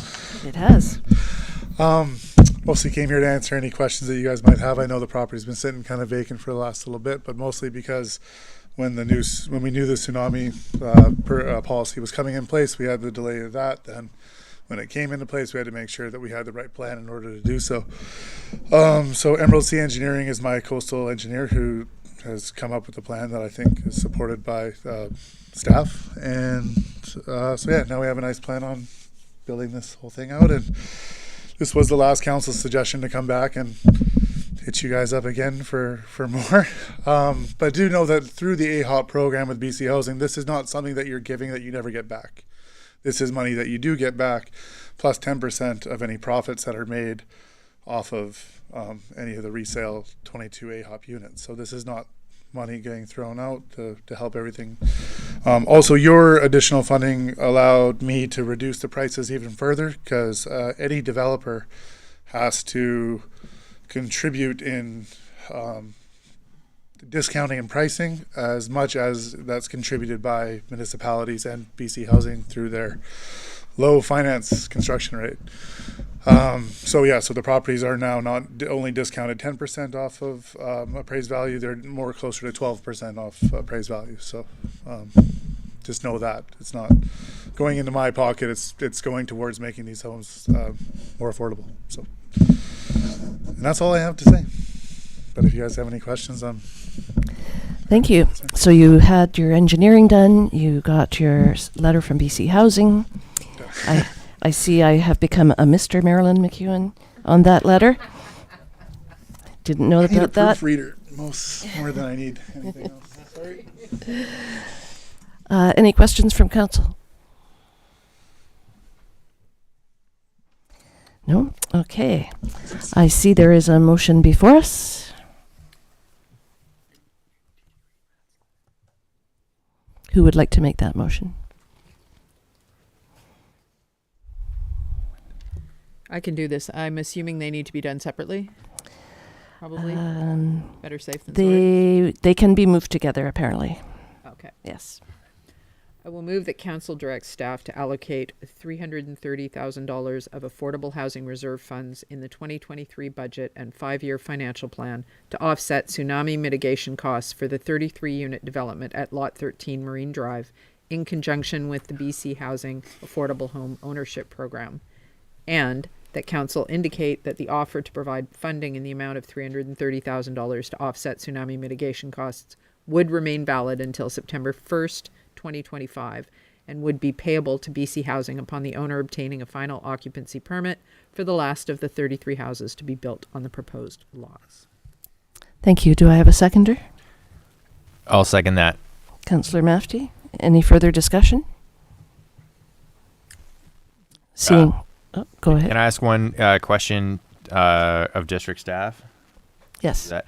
I'm just wondering, Mr. Gregg, if you can give us any background as to any conditions that may or may not have been in place regarding the timeline of development on this lot, and if there were any deadlines or milestones that would have been conditional at the time that the application was made.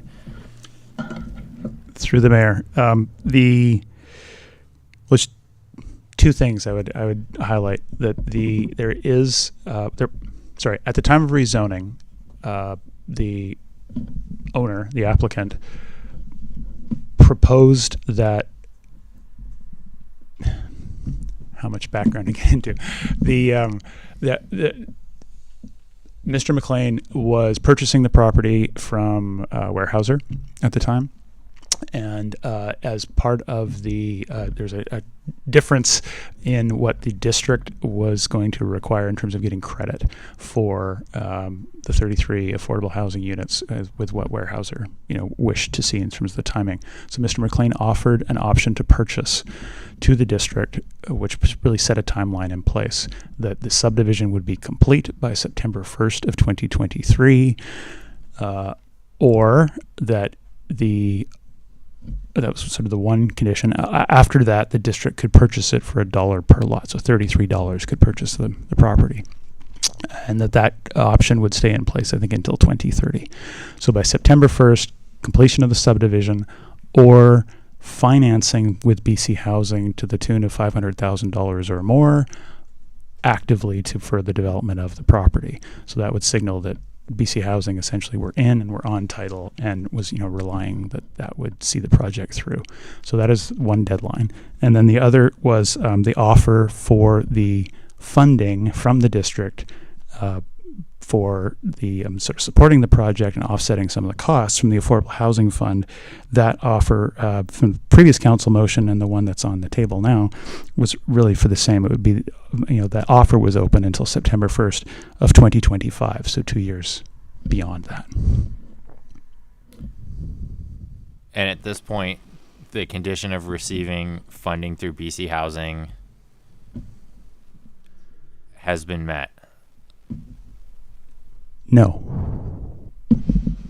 The steps for, I believe, the next steps are confirming support from funding from the district to that amount. I believe the project is going to be reviewed by BC Housing's board in May, and that would be sort of final project approval, and then pre-sales to a certain degree would need to take place before the funding is accessed for the essentially construction financing. Beyond that, the details, I'd say perhaps Mr. McLean could answer if there's further details required or requested. Sure. I mean, I'd put my question to you while you get up to the stand there. It seems to me that the lot has stayed vacant for a while. It seems to me that as a developer, you'd surely be aware of the risks and the unexpected realities that come up, between blueprint and completion. I'm green to all this, but I do find it surprising to hear requests for more money from the district, before anything's been done at kind of the 11th hour. So I'm just trying to wrap my head around that. And I'm wondering how you can help me wrap my head around that. So this wasn't something that I intended on in the beginning. This was something that was last council had suggested I do.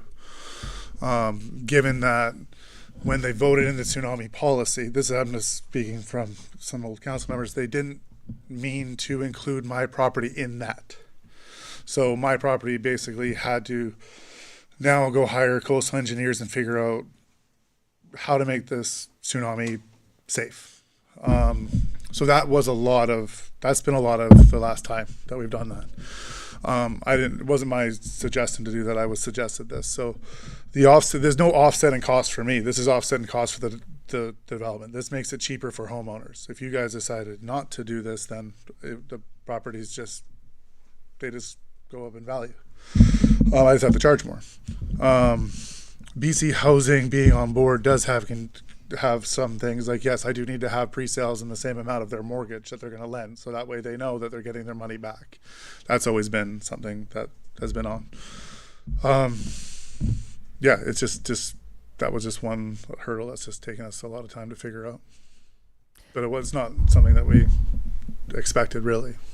That was for us. That was our 19th hour, the tsunami policy coming in. We were ready to go.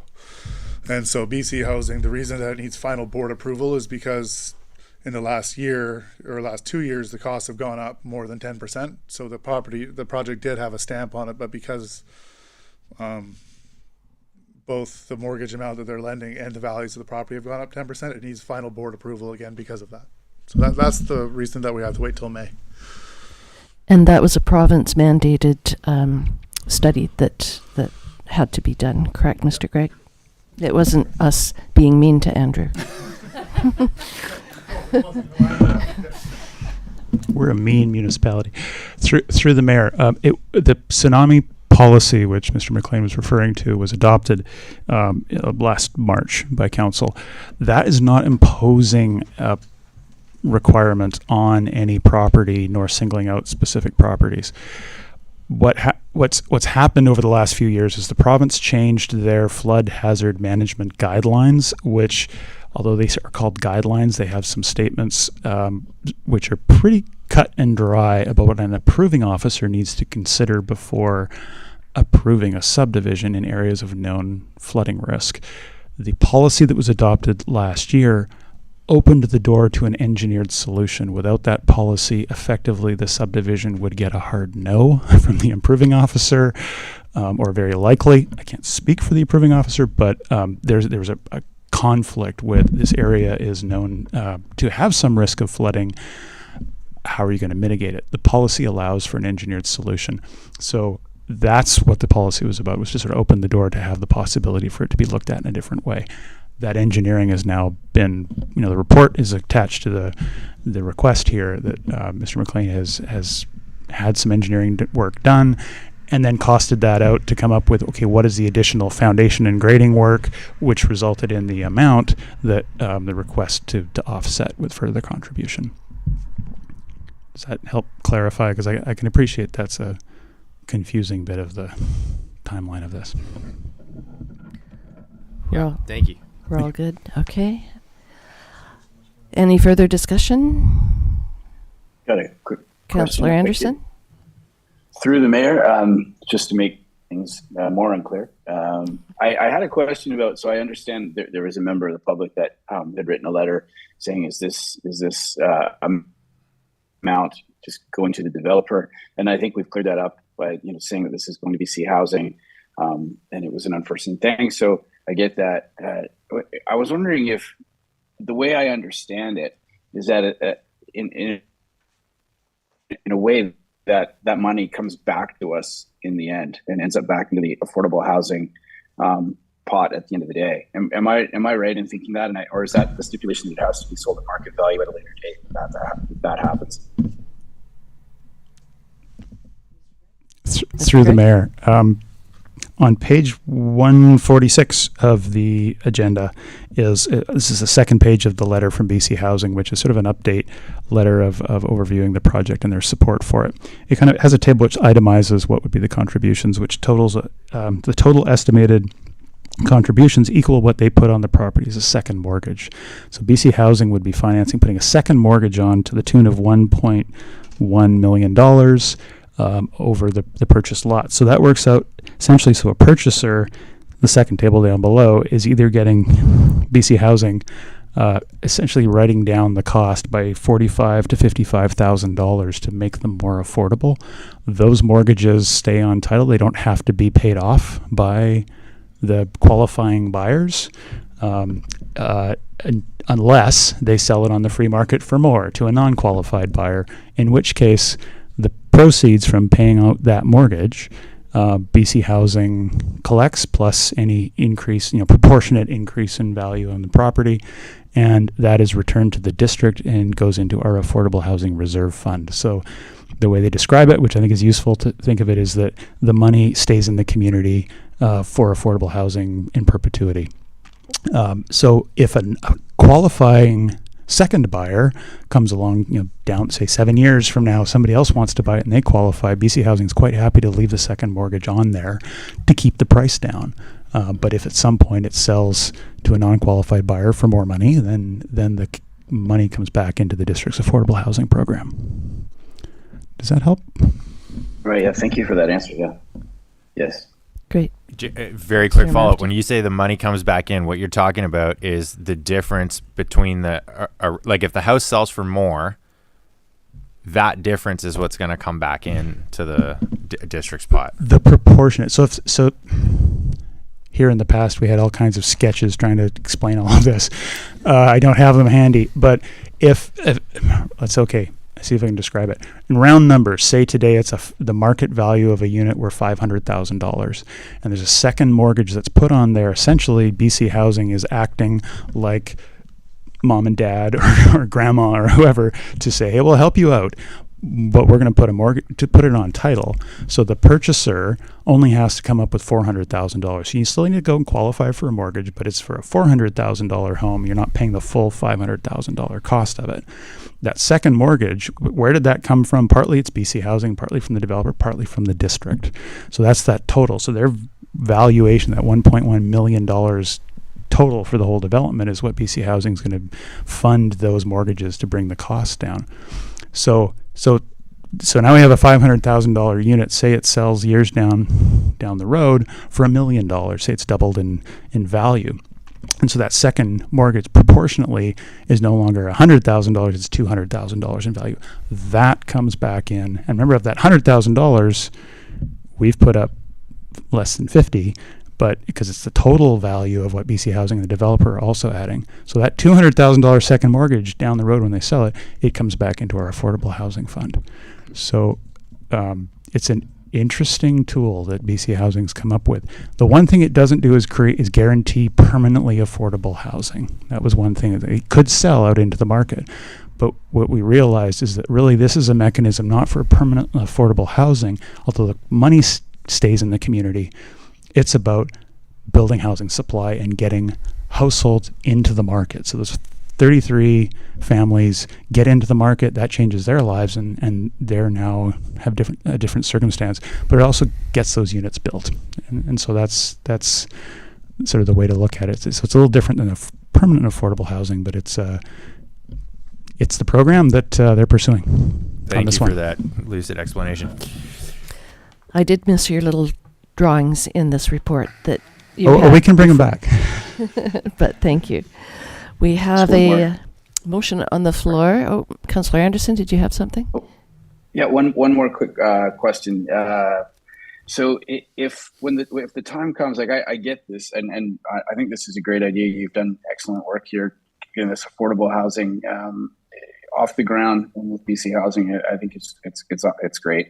But one thing that I was just curious about, if it comes time, say someone buys one of these and it comes time to sell, when they do sell, the buyer will obviously be vetted to take advantage of the affordable housing and BC Housing House for that mortgage.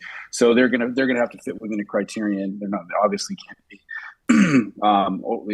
There's a level of wealth that they wouldn't be able to get it. But if I'm just wondering, what is the scenario where it goes into the free market at that point instead of staying within that pool? Because I would just think, just thinking out loud here, I can't see a time when Ucluelet wouldn't benefit or have people looking for that situation. I'm just trying to think of a situation where it might go in the free market, like it wouldn't sell in that environment where someone fits within that criterion for affordable housing. And I guess my follow up to that would be, what would be the conditions for if it goes into the free market? Is there a time lag, or is there a certain amount of time that it has to try and be sold to people within those criterion, and then it goes on the free market? And who makes that decision? Is it the district or is it BC Housing that does that?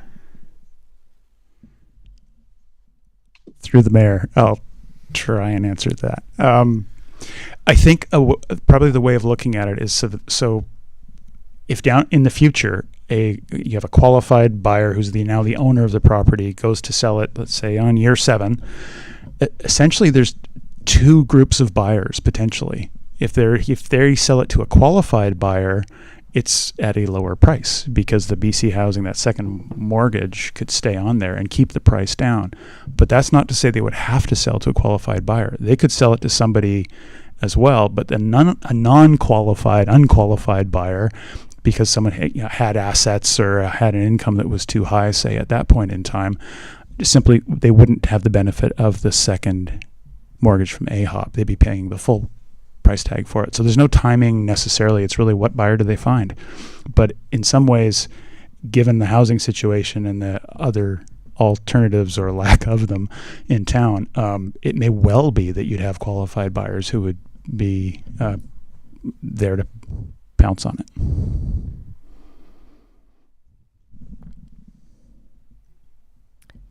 Does that answer your question, Councillor Anderson? Yeah, I guess one of the things I was wondering is do the people that are vetted that fall within the category of a buyer within the affordable housing criterion, do they get first crack at it? I'm just trying to get my head around that, or is it just up to the seller at that point? Through the mayor, it's BC Housing qualifies the buyer, so we don't have to be a housing authority and play that function. They're essentially taking that on.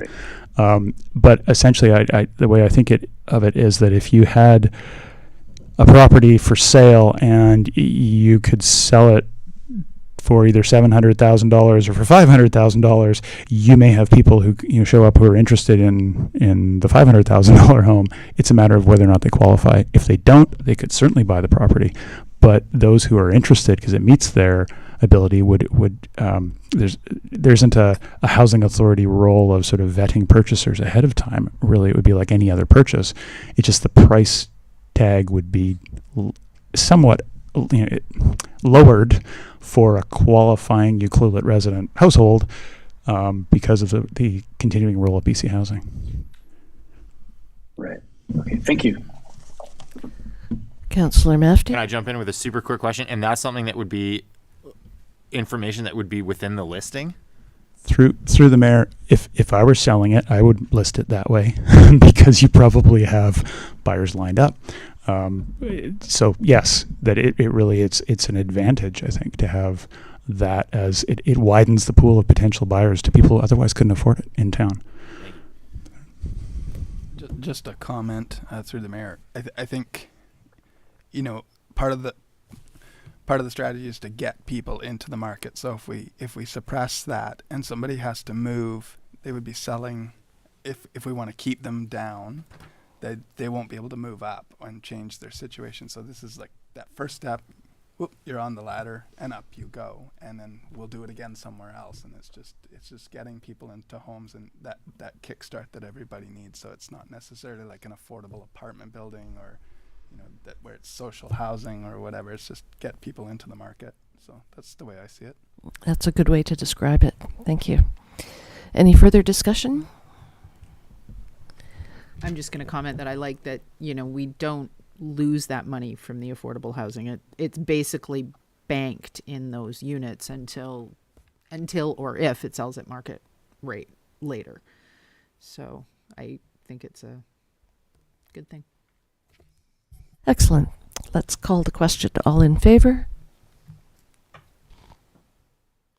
None opposed, and that carries. Have a nice evening, Mr. McLean. Break for 3 minutes. Yeah, we can we take a 5-minute recess? I'll move a 5-minute recess. Second. All in favor? All right. Be back at 6 o'clock.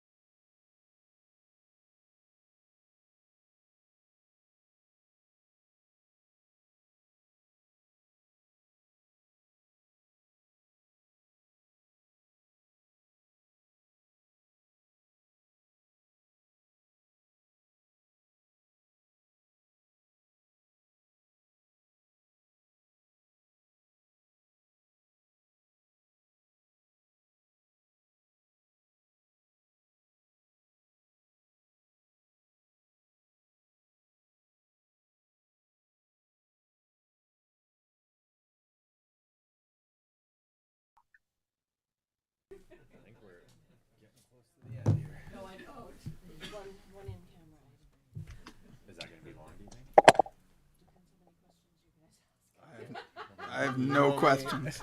Okay, you are unmuted.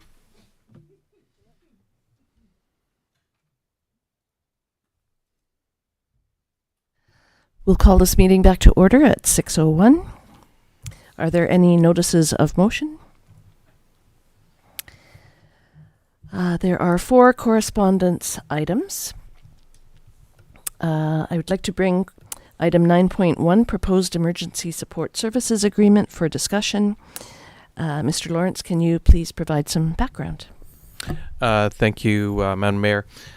This is a request from the ACRD asking the district to consider formalizing an agreement between the municipality and the ACRD for the provision of emergency social services.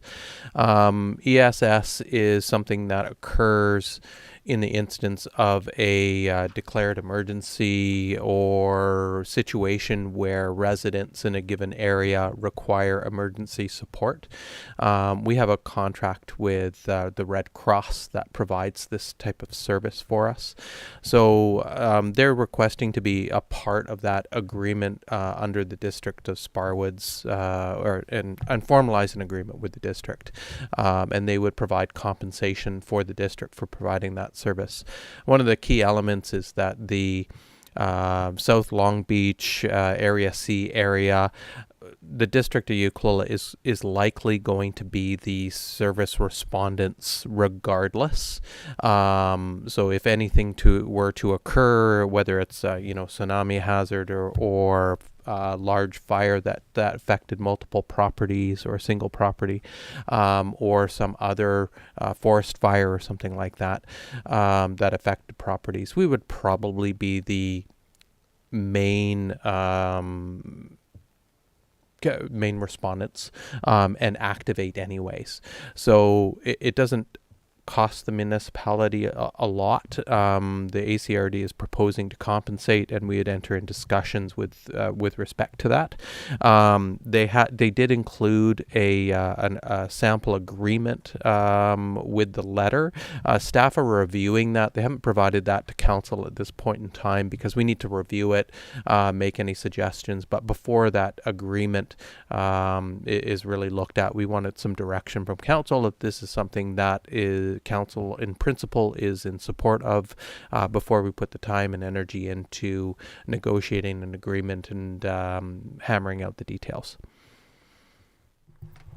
Thank you. I see they're also willing to apply, or they have applied to the UBCM ESS grant to purchase supplies to be stored here on the West Coast.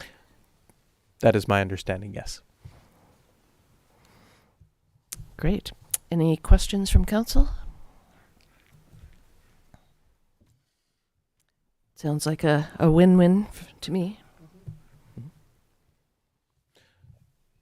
Do you require a motion of any sort? If I can get the direction from council, I believe we included a resolution there for council's consideration. Okay, I will move that council direct staff to work with the Alberni-Clayoquot Regional District on a draft agreement for the provision of emergency support services for the Long Beach electoral area for council's consideration at a future meeting of council. I will second. Councillor Mafty, any further discussion? All in favor? None opposed, and that carries. Thank you, Mr. Lawrence.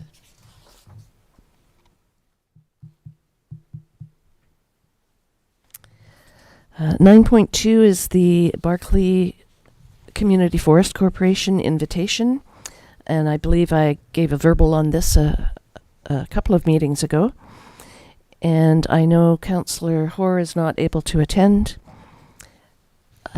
Councillor Anderson, I think you are able to attend on April 12th. Yes. And I haven't heard from Councillor Mafty or Kennington. I don't think I can come, but I'd like to, and there's a possibility that I might be able to, so I'm going to remain a no, but hopefully within the next day or two, if I can swing it, I'd really like to be there. I think it would be a really great tour. And Councillor Kennington, Well, sign me up. you're a go?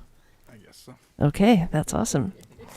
I'll let Ken Matthews know. I've already responded to him myself, but I'll let him know who else can attend. With Councillor Mafty, if you can just keep me in your loop. I'll let you know within the next 2 days. Perfect. Thank you.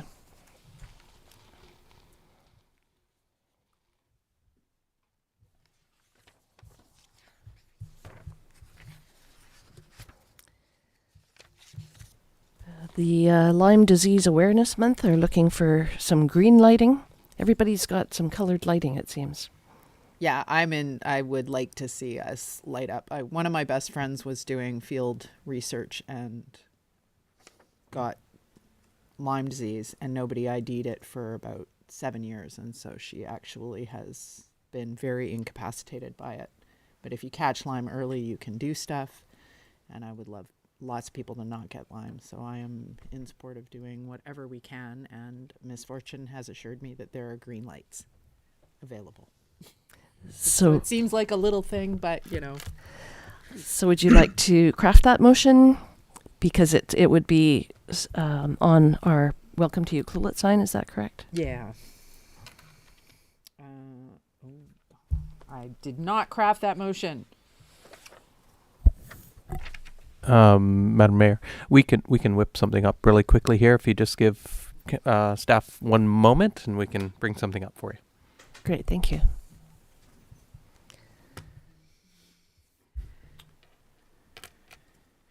Did you deliberately skip over the letter from Ian Cruikshank?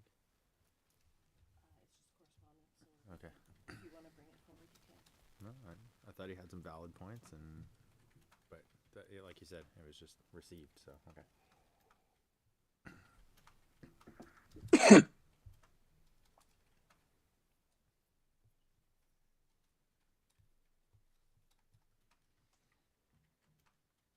Yeah, I have to say that one of the problems with climate change is that the ticks that cause Lyme disease are moving, and they are more prevalent further west and longer than they used to be.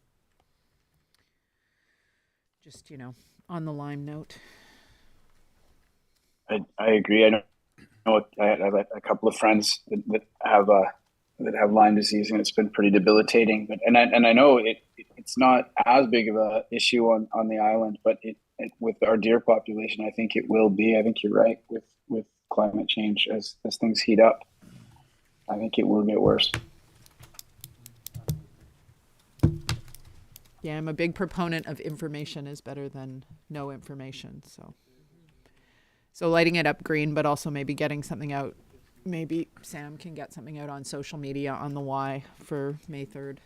I don't know if that's part of they're now crafting because I'm a horrible human and didn't think to craft it in advance.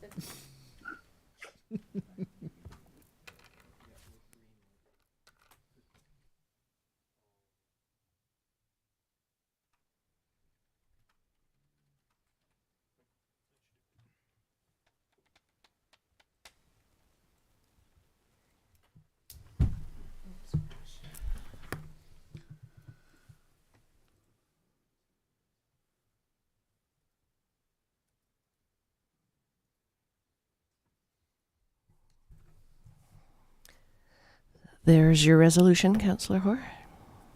All right, but I'm going to add to it.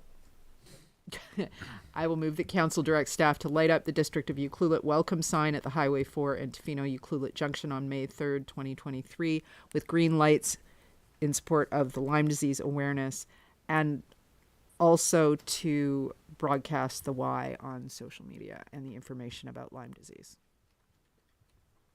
Do I have a seconder? I'll second that. Sorry, Mr. Roper. Councillor Anderson, See you, Dr. seconded. Dr. Anderson. Any further discussion? All in favor? And that carries. Thank you, Mr. Rotenberg, for doing that on the fly. Information items. Clayoquot Biosphere Trust alternate director appointment. I would like to rise and report that Council adopted the following motion at its March 14th, 2023 closed meeting, that Council appoint Tony Buston as an alternate director on the Clayoquot Biosphere Trust for a 4-year term. And rise and report, I would like to congratulate Ms. Buston and thank the other applicants. And that doesn't require a seconder, correct? No. You're just reporting. Just reporting out. Okay, perfect.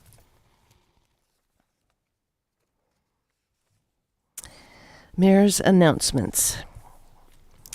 I'd just like to recognize the loss of Jennifer Clark in our community. She's going to be missed very much by very many people, and sincere condolences to the family and close friends. On another note, I'd like to congratulate Councillor Anderson and his wife for having a brand new son on March 22nd, named Ellis Garrett Anderson. Congratulations, Councillor Anderson. Thank you. I'd also like to mention that the daycare is looking for a few new members for their board. It's a 5-member board. They don't meet that frequently, but it's a working board in the fact that it doesn't work the daycare, but it creates just the framework for the daycare. And Kathy DeVries would be the person to contact if you're interested. The fire chief reminded me that there's a high ground hike on April 15th. That's a Saturday. Muster at the UCC here at 2 o'clock. There's some great prizes at the end. It's being organized by the University of Ottawa. And it's only about a 3-block long walk, so it's not overly taxing. And I will turn it over to council committee reports. Councillor Anderson. Thank you, Mrs. Mayor. I thank you for mentioning the the new baby. That was exciting. Unfortunately, I did miss last week's Alberta Clayoquot Health Network meeting because my wife went into labor. So that was exciting, and everything worked out well. And yeah, I'll contact Mr. DeVries about the daycare board. I think it's appropriate that I'm probably the one to jump in on that. They would love to have you. Yeah, well, I'd love to do it. So that's it for me. Excellent, thank you. Councillor Hoare. Congratulations, Councillor Anderson. I would like to point out that April 15th, the date of the High Ground hike, we're going to all be at AVICC. But also that is Leslie Horn's service. So for those out there who may have known my work colleague and want to attend her service, it will be that day. In other news, I attended a Vancouver Island Regional Library Board meeting on Saturday, which kept me from being involved in the chowdown. I will say that I have a wonderful partner who actually hand delivered me labeled cups from every one of the stations and the voting card and the whole shebang. So shout out to Sean for that, because that was pretty sweet. Plus I got lunch in the middle of my Zoom meeting. The library board has passed, you may know about this, Mayor McEwen, the new library that is desperately needed up in Masset and Haida Gwaii is going to be built. That went through. So an RFP will go out, and they have been working out of a log cabin that's 30 plus years old, and the roof leaks. And we all know that water and books are not really good friends. So pretty excited to see how that goes. They also adopted a new strategic plan framework, and interestingly, they have chosen to use the UN Sustainable Development Goals that were appropriate for their strategic planning. So it's quite a fascinating document. And here's a question to make you all think. How do you measure the impact of literacy? So if you're trying to improve literacy, how do you measure that impact? So this is a challenge that the library board is thinking about. So if anybody has a bright idea and knows how you can measure a change in someone's literacy easily, love to hear it. That's all I got. I have an app that's called Word of the Day. Uh-huh. And it's 9 times out of 10, they're words I don't know. So that's been great. I think I've been getting word a day emails for about, I want to say, the entire time I've lived in Yuki. So and I know that she's been running that particular email for about 25 years. So I've probably been getting it for 20, thanks to my mother. And sometimes I know the words, sometimes I don't, but there's always a quote at the bottom as well. And so, the random times when I throw up a thought of the day, it's almost always the quote off my word of the day. So, well, thank you for sharing that. Councillor Kennington. Nothing at this time. Councillor Mafti. I went to the Tofino Long Beach Chamber of Commerce's AGM a few days ago. It was a great time. They elected a couple new people and just sort of highlighted a few of the ongoing initiatives, one of them being their support and collaboration with the Rain Coast Education Society on the West Coast Ambassador Program, which will once again start up in both Tofino and Ucluelet in a few weeks here. But the Tofino Chamber seems to be doing quite well. It was well attended. They had lots of lovely awards. It was a good time. Thank you. There was even a category for Best Nonprofit. There was indeed. And the Whale Festival didn't get it. But we tried. That is, you were nominated. It's an honor to be nominated, I'm told. That's true. Okay, thank you. For myself, I attended the March 22nd ACRD meeting by Zoom. I didn't go there. They welcomed Mike Sparrow. He's the newly elected Cherry Creek director because of the by-election that happened just recently. We adopted the 2023 to 2027 financial plan, and the West Coast evacuation route plan was adopted as well. It's on their website under emergency services, and I thought it might be something interesting to put on our website since it's about the West Coast. Something to look into, Mr. Lawrence. And that's it for me.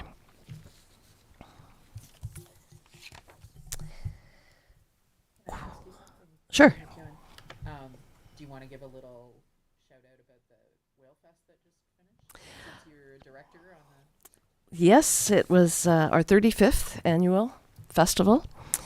And it was completely in person this year, no hybrid anything.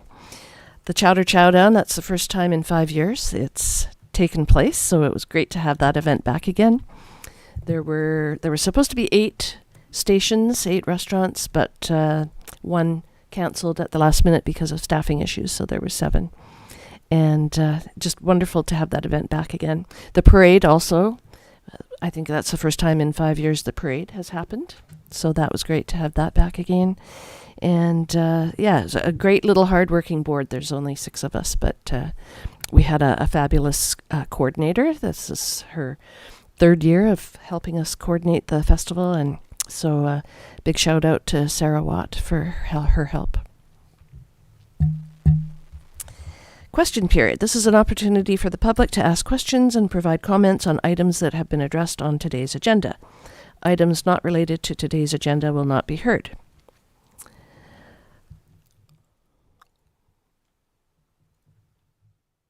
Also, we will not receive comments on DVP 23-03 because it was removed from the agenda. Are there any questions from the audience? Seeing none, are there any questions by Zoom, Mr. Rotenberg? Please raise your hand on Zoom or click or press *9 if you'd like to raise your hand. No hands are raised at this time. Anyone by telephone? No hands raised at this time. And have we received any questions via emails, communityinput@ucluelet.ca? So we have received some questions and we've received some input. We have 4 emails related to the DVP. I just want to be clear with everybody that those emails will be on a future agenda when council considers that development variance permit. So that's item 7.2, which was removed from this agenda, and the correspondence regarding that matter will be put on the agenda. And of course, notice will be given also of that development variance permit, as there will now be a different opportunity to comment, there will be an opportunity at a different meeting to comment. We have one question which is not related to today's matters on the agenda. It will be referred to staff, and we'll go from there. We do have one question related to today's agenda. It's related to Lot 37 trail discussion. It's from Peter Timmermans at 1958 Bay Street.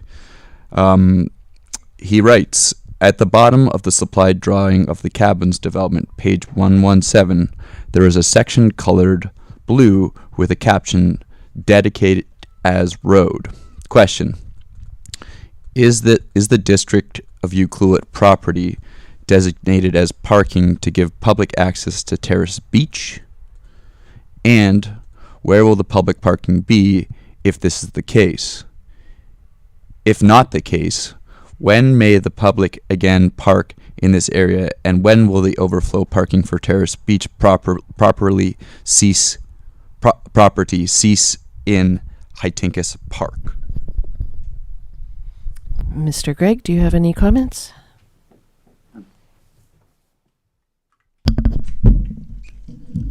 Through the mayor, I can shed a bit of light on that. The area in blue that was shown, it's in the agenda. It was the figure that's attached to that agenda item with Lot 37. It's down along Seabridge Way is the name of the road right-of-way that goes to Terrace Beach there, and it's labeled as dedicated as park. That was done in November. That is now road right-of-way, that little blue section, because we had an odd, smaller road right-of-way, and that was one of the things that the owners had agreed to, and they followed through on that. As for the timing of, there is an active construction site, and there's some fencing and whatnot that's there. The timing of any changes or improvements to the widened road right-of-way is really going to be future discussions of, there had been a project that was envisioned but hasn't been designed to the point of being shovel ready or anything like that, to do some improvements for the public access to Terrace Beach. So that is not yet a firm timeline. The first step was really acquiring that land, which we've just recently done. And it is an active construction site. The area immediately to the north for the cabins as they're under construction. Our understanding is they're racing to try and get those complete and cleaned up as soon as possible for summer guests, if you will. So the timing of that really is up to their construction and landscaping and all of the things. And they have essentially the approach I think I can share is that the occupancy is expected to proceed from the north southward as they finish the cabins and open it up to guests, but they have to contain for safety purposes to maintain the construction site. And so that can impact some of the access there, but that is temporary. I don't know if that answers all of the questions, but I think that hopefully does. Thank you, Mr. Gregg. Can we check one more time, Mr. Rotenberg, for anyone on Zoom? No hands raised in Zoom at this time or by way of telephone. And emails?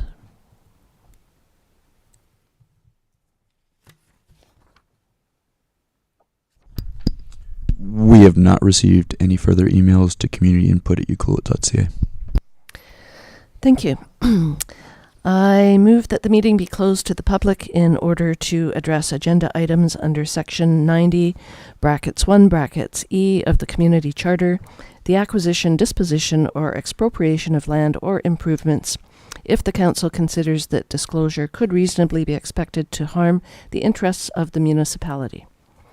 Council chambers will now be closed to the public. I'll second that motion. Thank you. And all in favor? And that carries. Thank you.